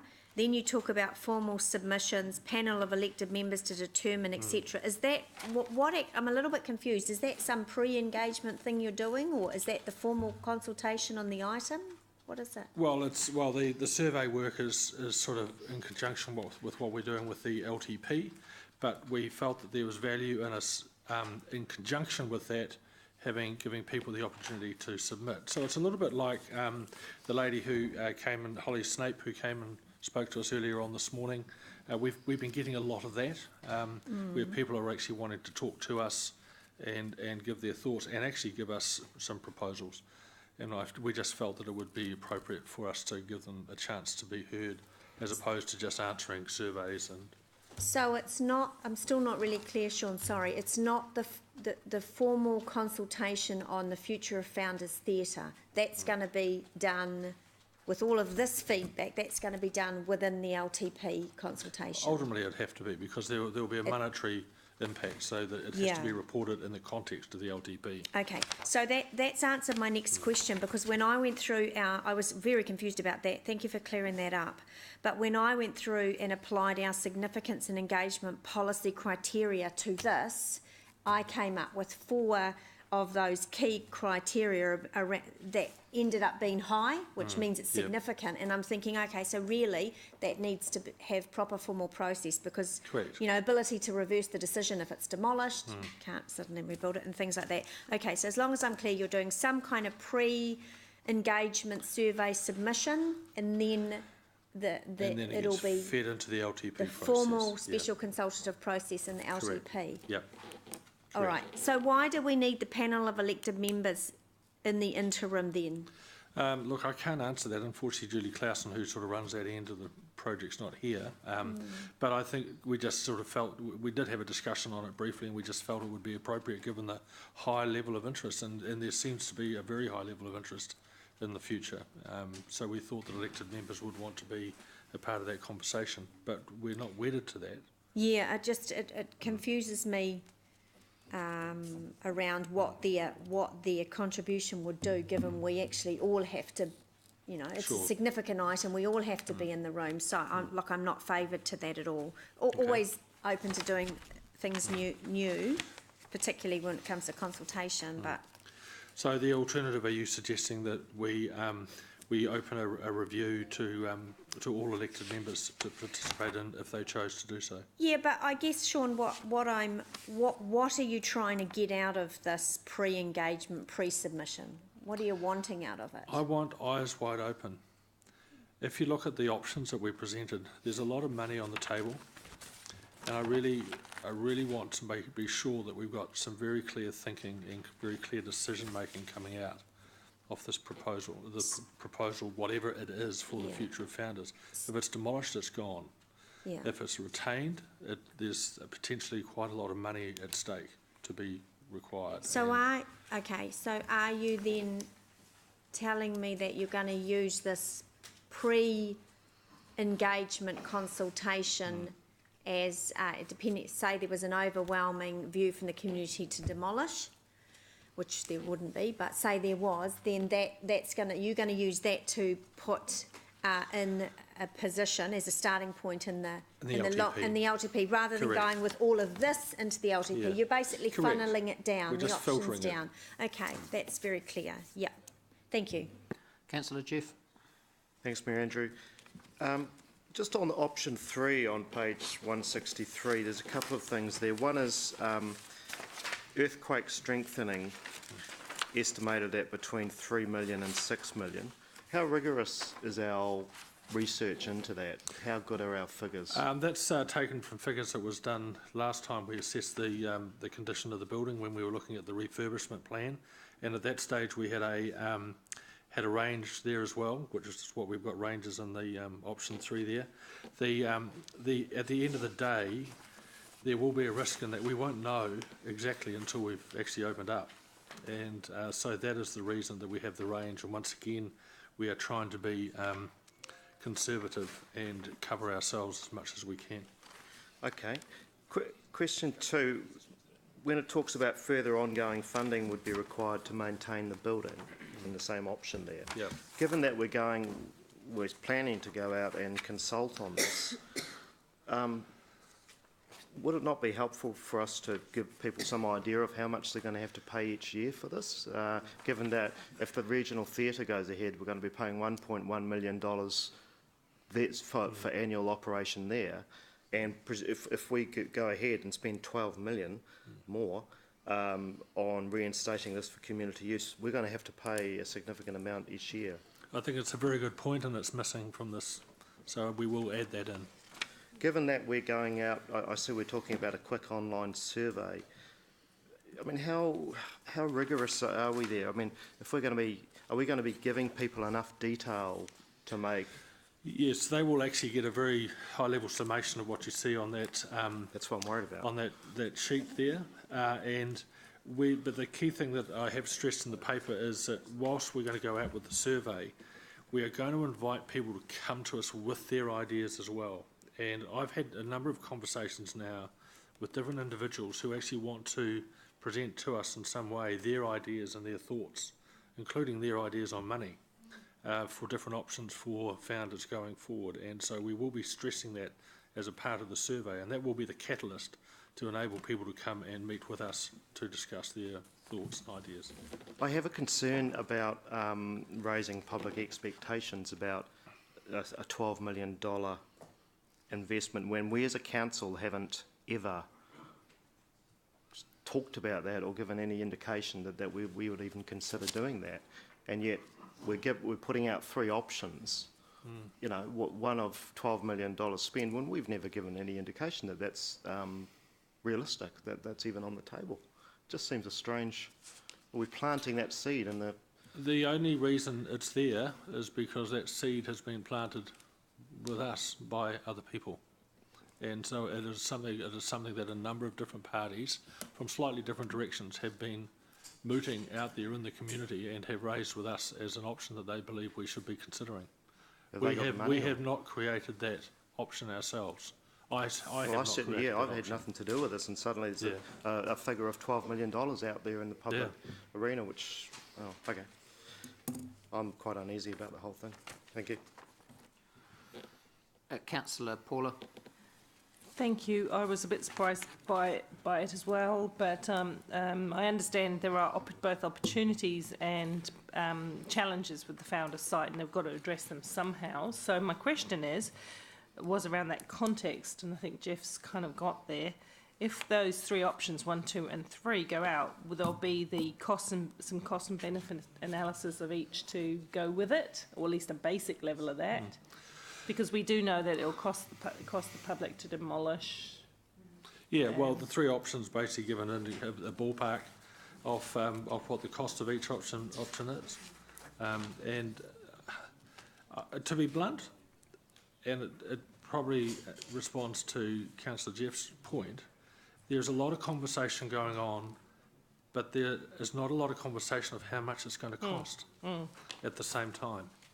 And this is part of what we're wanting to achieve, is actually to put it out there so people do see what it really means. And so, yeah, true, and I agree. So that I would like, if it does go out, I'll talk about that in my comments, I suppose. The other question I had is, with point 8 around, we're all aware of the option about Founders being restored to some sort of community theatre, and we just had a conversation about Clarence Street yesterday, so these things are all interrelated in my view. Would we not be wise to restrict the matters on which people are being asked to? We wouldn't put an option about restoring another theatre. We would just leave that for those people who want that to raise.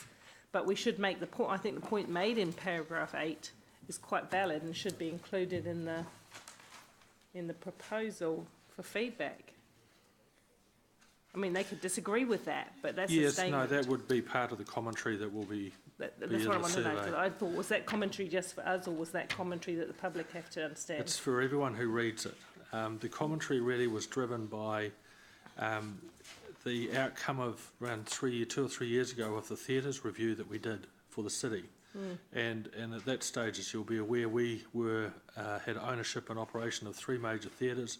There are another 2 theatres that we were contributing towards, and the outcome of the review led to the gifting of 2 and a clear understanding that we needed to rationalise the amount of theatre space we have across the board. And so this is part of the conversation for Founders. Okay, so anyway, you've answered my question. That sort of context will be in the commentary. Further, one last question. Around the methods of engagement, I suppose Julie's not here. It says there will be no paper survey available, and I understand we're trying to get, technologically advanced in the way we do things. Having said that, we've got a really significantly large older population. and they don't take pulse tests on social media. They don't do that. But I do know that in regards to the founders' debate, it is some of our senior citizens who are expressing their concerns, and we do need to capture them, because they're the ones that are talking about, I used to be able to park right outside, I can't now. You know, all of those kinds of things, and they like it in the parkland, and they should be at least able to express their views. So can we find a method of engaging with more senior citizens? Yes, I've taken that note down, and we will find a way. Yep. Councillor Mark. Thank you. I want to challenge a couple of assumptions. Just that most recent one from Paula, because knowing full well that anyone who's going to abuse me online, it's normally an older lady or an older man. Yeah, so I just no, they don't care. Regards the timing of this, and I just want to dig a little bit deeper into Councillor Jeff's point there regarding raising the expectation by asking the question in the first place. If we ask the question after, if Mayor Andrews' budget way goes through, wouldn't it then mean that we actually have to say to them how they would pay for it as opposed to how we would pay for it, with regard to the wording? Yeah, I think the wording will, I'm sorry if it's not clear in here, but will approach the question of how will we pay for it, or how will you, anyone, whoever pay for it. But that will of course be determined through because this will then, the outcome of this will feed into the LTP process. Right. And then that gets swallowed up in that as well. But we can certainly weight the questioning and the opening commentary and to give us ideas of how can this be paid. I mean, for example, can it be paid under a similar model to the Waikato Regional Theatre concept? Or is there another party that would be interested in actually taking it over, the project over? You know, so we can certainly do that in our commentary. We do that in the commentary without complicating it too much? Yep. Yeah. Absolutely. Okay. No, I think that about... Deputy Mayor. Thank you. Just covered the issues of other options, and you're picking up the point of interest from groups like Community Waikato, Momentum, whatever. So you're looking at, we'll get those kind of other models. Can you also detail, and this is purely because of the discussion, what is for every month we have it mothballed, and presumably it's frozen and vandal proof, and you know, what does that cost? Because obviously it may even be 5 or 6 years before it activates again in terms of budget, if you can take my point. So I just want an idea of what ongoing maintenance costs, just to keep it as inoperative until such time as we have the money, or not. Yeah, it's around $40,000-50,000, and that's basically for security, and I'm about to do a bit of a clean up outside. There's a bit of mould coming on the walls, so that's roughly the price. That's what we're paying, but to have it sit there. I mean, if the and will your report also detail if there are any external grants, funding packages or not for this? Because I'm well aware, I don't think it's classified as a heritage building per se, but obviously there's a lot of... I think the eligibility for various grant funding will depend on what option is pursued and how that option is going to be pursued, whether it's pursued by us or another party. So it's a very open-ended question to try and answer.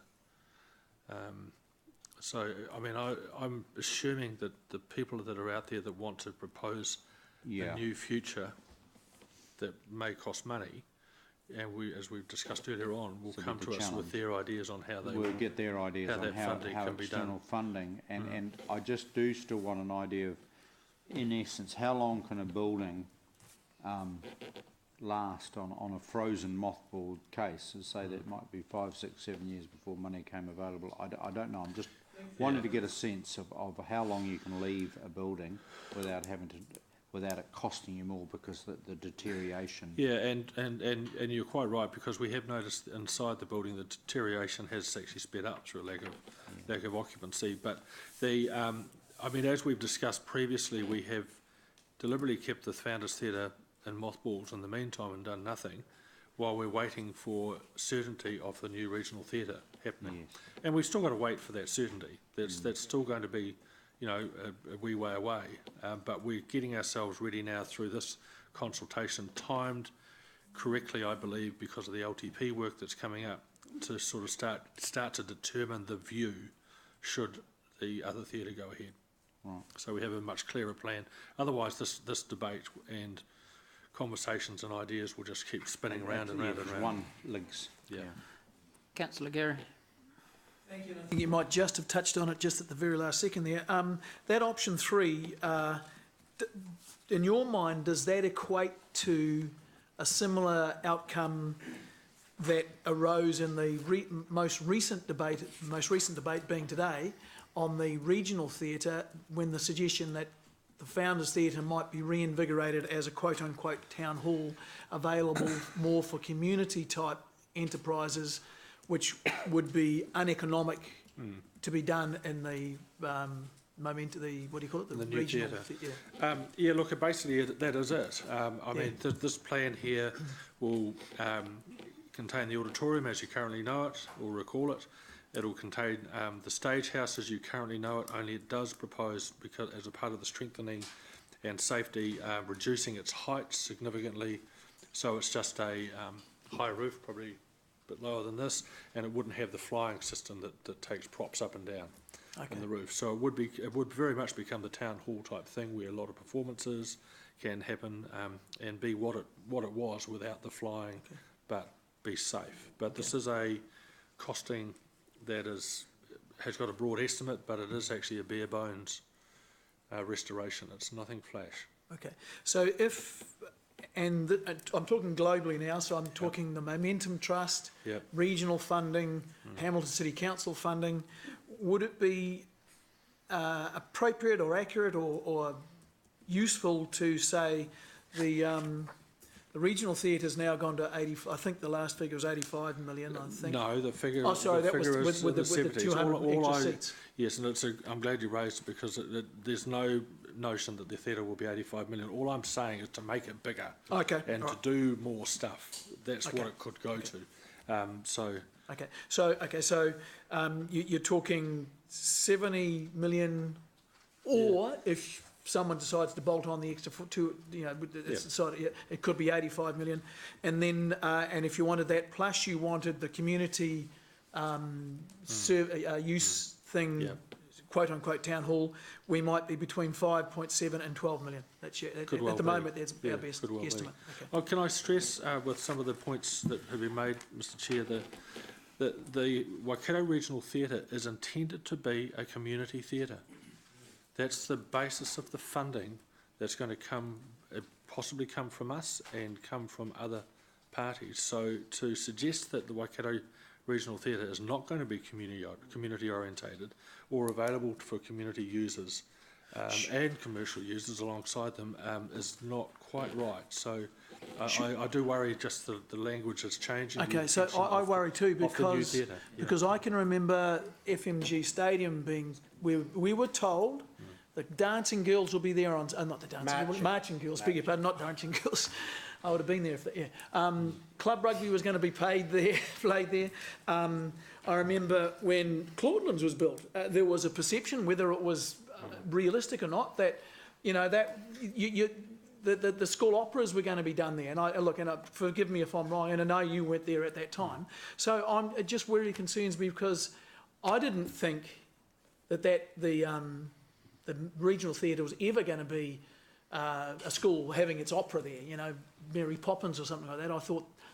I thought you'd run into the same problems we're running into now with Claudelands, where it can be done there, but it's just so expensive to do it. Question.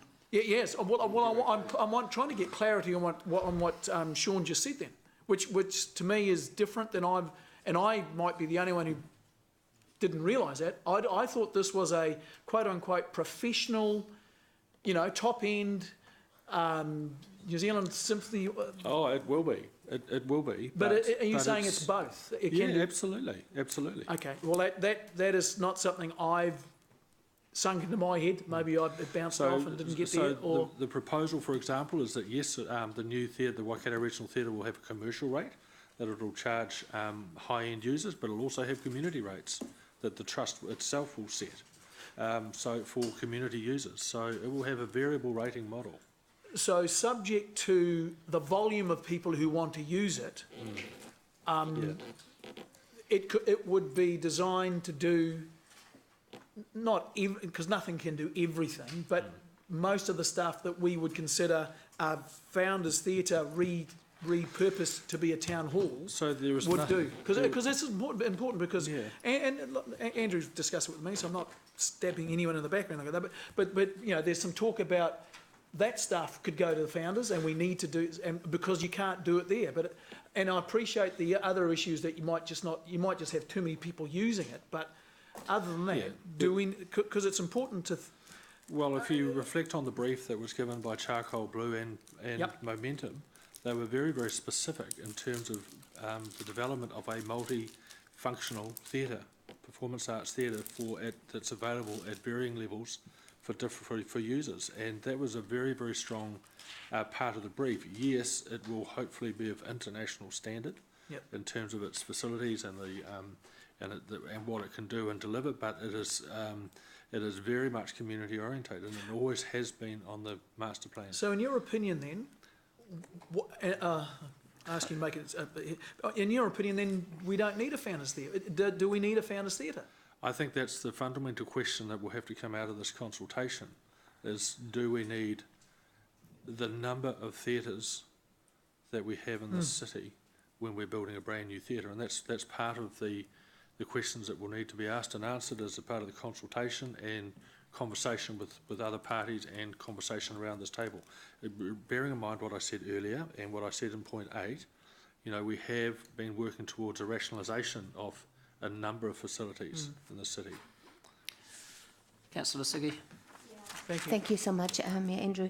Just one question, and following on from Councillor Southgate, with the senior citizens that they might not all go online and do the survey online. So, the other option would be for them to be found, because they usually have still a phone, a landline that can be found. So would the question is now, would that add cost onto what we've already estimated that the survey would cost? I think we'll find a way for it not to add cost, but we will pursue that with the team, definitely. We'll find a way to get to that market. Thank you. Councillor Leo.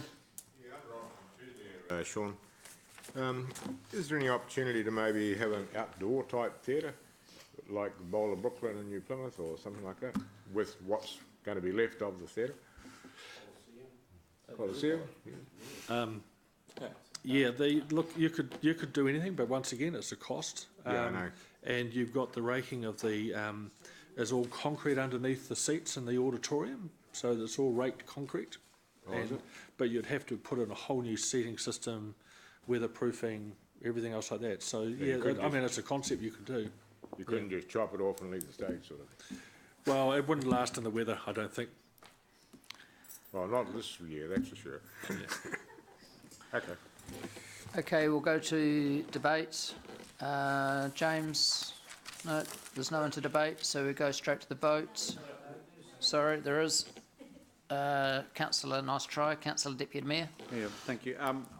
Looking forward to this consultation. I don't think you should underestimate the huge emotion, affection, and the Founders Theatre has memories for many, many Hamiltonians in a lot of different ways. Obviously, it was a fantastic facility when it was first built, and I think it's by and large stood the test of time well. We obviously have to do this consultation, and the decisions we make must be done with incredible sensitivity.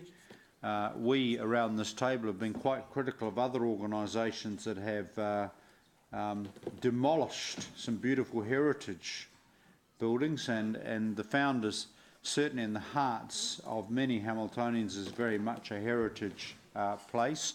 I'm going to listen with great interest to the external groups like Community Waikato to see what ideas are out there, particularly around potential funding, external funding sources. And personally, that's why I asked you the question about the maintenance. I'm in no hurry if it takes a little longer perhaps to get a really good outcome, then so be it. I just think we genuinely all, I hope, will approach this with a very open mind, respecting that heritage, and also be innovative and see where there may be other external funding sources potentially.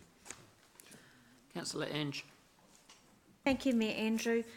Look, thanks, Sean, for the report. You have been very consistent in responding to all of the current, and there's several of them, current resolutions and decisions that we've made in this report and in the proposal for the consultation document.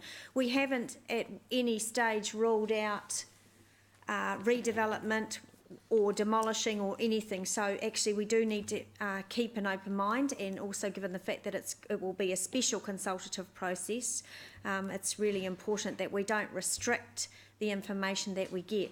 For me, it's really, really key that we acknowledge the community's right, the people that have paid for the theatre and paid to go to the theatre for its 55, 56-year life, that they have an opportunity to tell us what they want to happen for the future for Founders Theatre.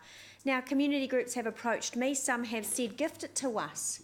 We'll come up with the money. I've said to them, it could be 10, 15, 20 million dollars. They said, yes, we know that. And Sean, I know that you've been hearing that as well. So we need to be very, very open-minded. And we know the success of the Meteor and the Clarence Street, that it's been done well. There's no hesitation in my mind that there are community groups out there willing to take on this asset, to develop it into not a new theatre. In fact, even in the discussions, in the formal consultation that we did around a new theatre, where 54% of people wanted a new theatre if the money was capped, there was very little conversation around rebuilding it or having a new theatre and then having Founders Theatre as a theatre. In terms of the city infrastructure and assets for community, we're pushed and we're struggling for that. So I think we heard that this morning from Holly Snake, the CEO of Community Waikato. And it's hard, isn't it? Thank you. One of the other things that I'm quite excited about that somebody approached me was a children's museum. And again, you know, I want to present this in front of council, and the community will find the funding. So this is a community asset. This is a well-loved asset.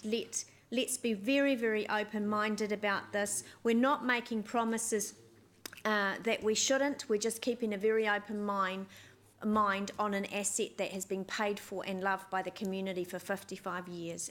And I think that is our good governance and our role as elected members. Councillor Paula. Thank you. Note to self, following Angela, who says all the things that I was going to say very articulately. But I acknowledge the disappointment and potentially the grief that a portion of our community will feel about the demise of the Founders Theatre. And as I said in the previous item around the new Waikato Regional Theatre, I agree strongly that we need to find the appropriate mechanisms to respect the citizens who contributed to that significant first theatre. And it contains there's a lot of history around it.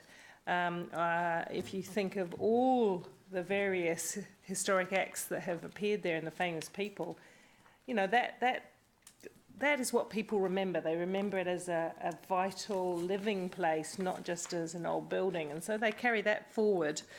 So I'm hoping, and I've said, and I'm looking forward to the design of the new place, that the history and contributions of those that built the Founders will be appropriately remembered in the new building, in the new facility, and potentially in its current situation if it remains as some kind of building. I'm very open-minded to how it gets used, in partly demolished, partly rebuilt, whatever. I know that we are all aware that the community groups are crying out for more space, and if they can get together collaboratively, I know that Holly, who would have been here if she could, will tell you that they're really interested in a joined-up conversation around a community hub and that they will drive that.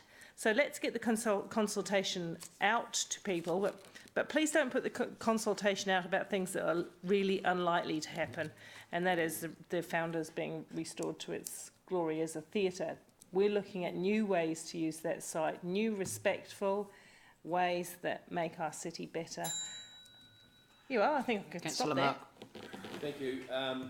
Just before lunch, I'm very... I'm actually pretty nervous about this one, regards the expectations we're going to put out in the community. Look, I bought a new car, well, okay, second-hand car, but it's a lovely car, it's an Audi. And it goes faster than Andrew's car. And... Is it working? Yeah, it's working.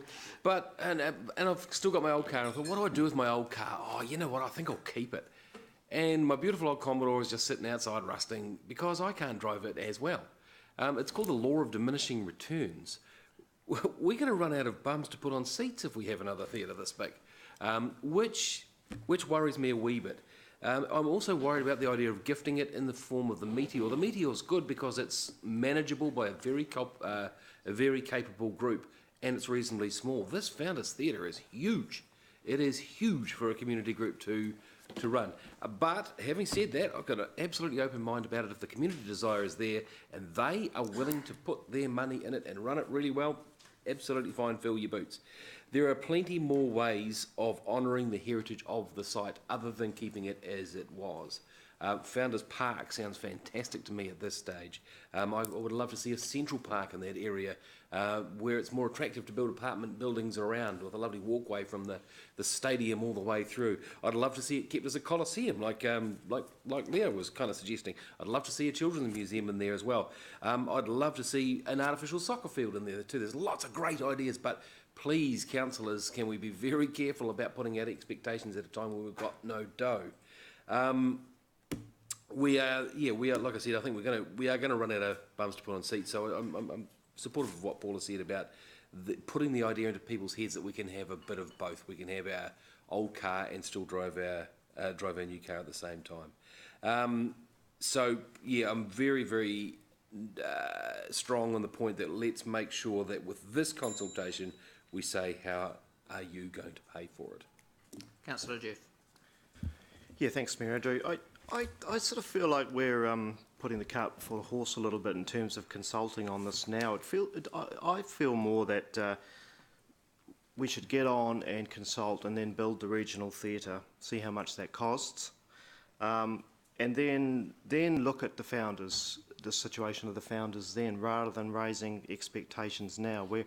Where you know, and I agree.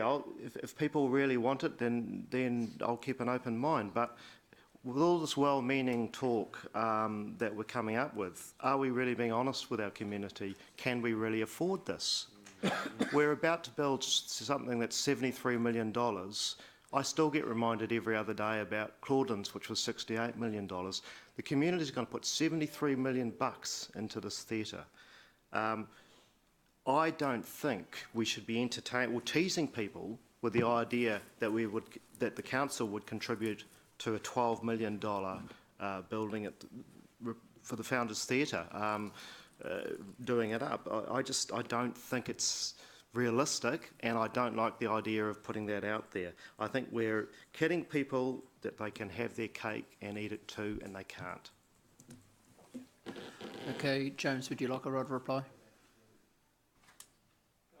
Well, yeah, we've put out all sorts of expectations in the past, like the zoo, you know, and I thought I'd mention that. So, you know, I think we do have to put it out to for people to have a look at, and but you know, I'm a little bit wary of putting stuff out there as well, and I've been critical in the past of putting out consultations where I think that if you give each councillor $100, send them out into a different part of the Hamilton and do a sausage sizzle and a form to fill out, you get more people answering. Shouting beers, more still. No beers, just sausages.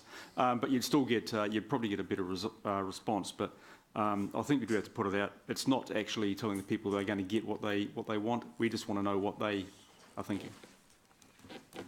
So just to be really clear, when you do put this out, you'll be connecting pricing on the different options and what it will cost per ratepayer, what it will cost overall. so it's really clear.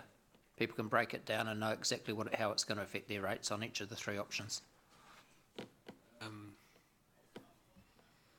Yeah, we'll work out how to do that, but what I'm also picking up is we want to keep it open that the funding for these options could be found outside of council as well. Yep. Not just within council. Okay. Thank you. So we'll go to the board to vote.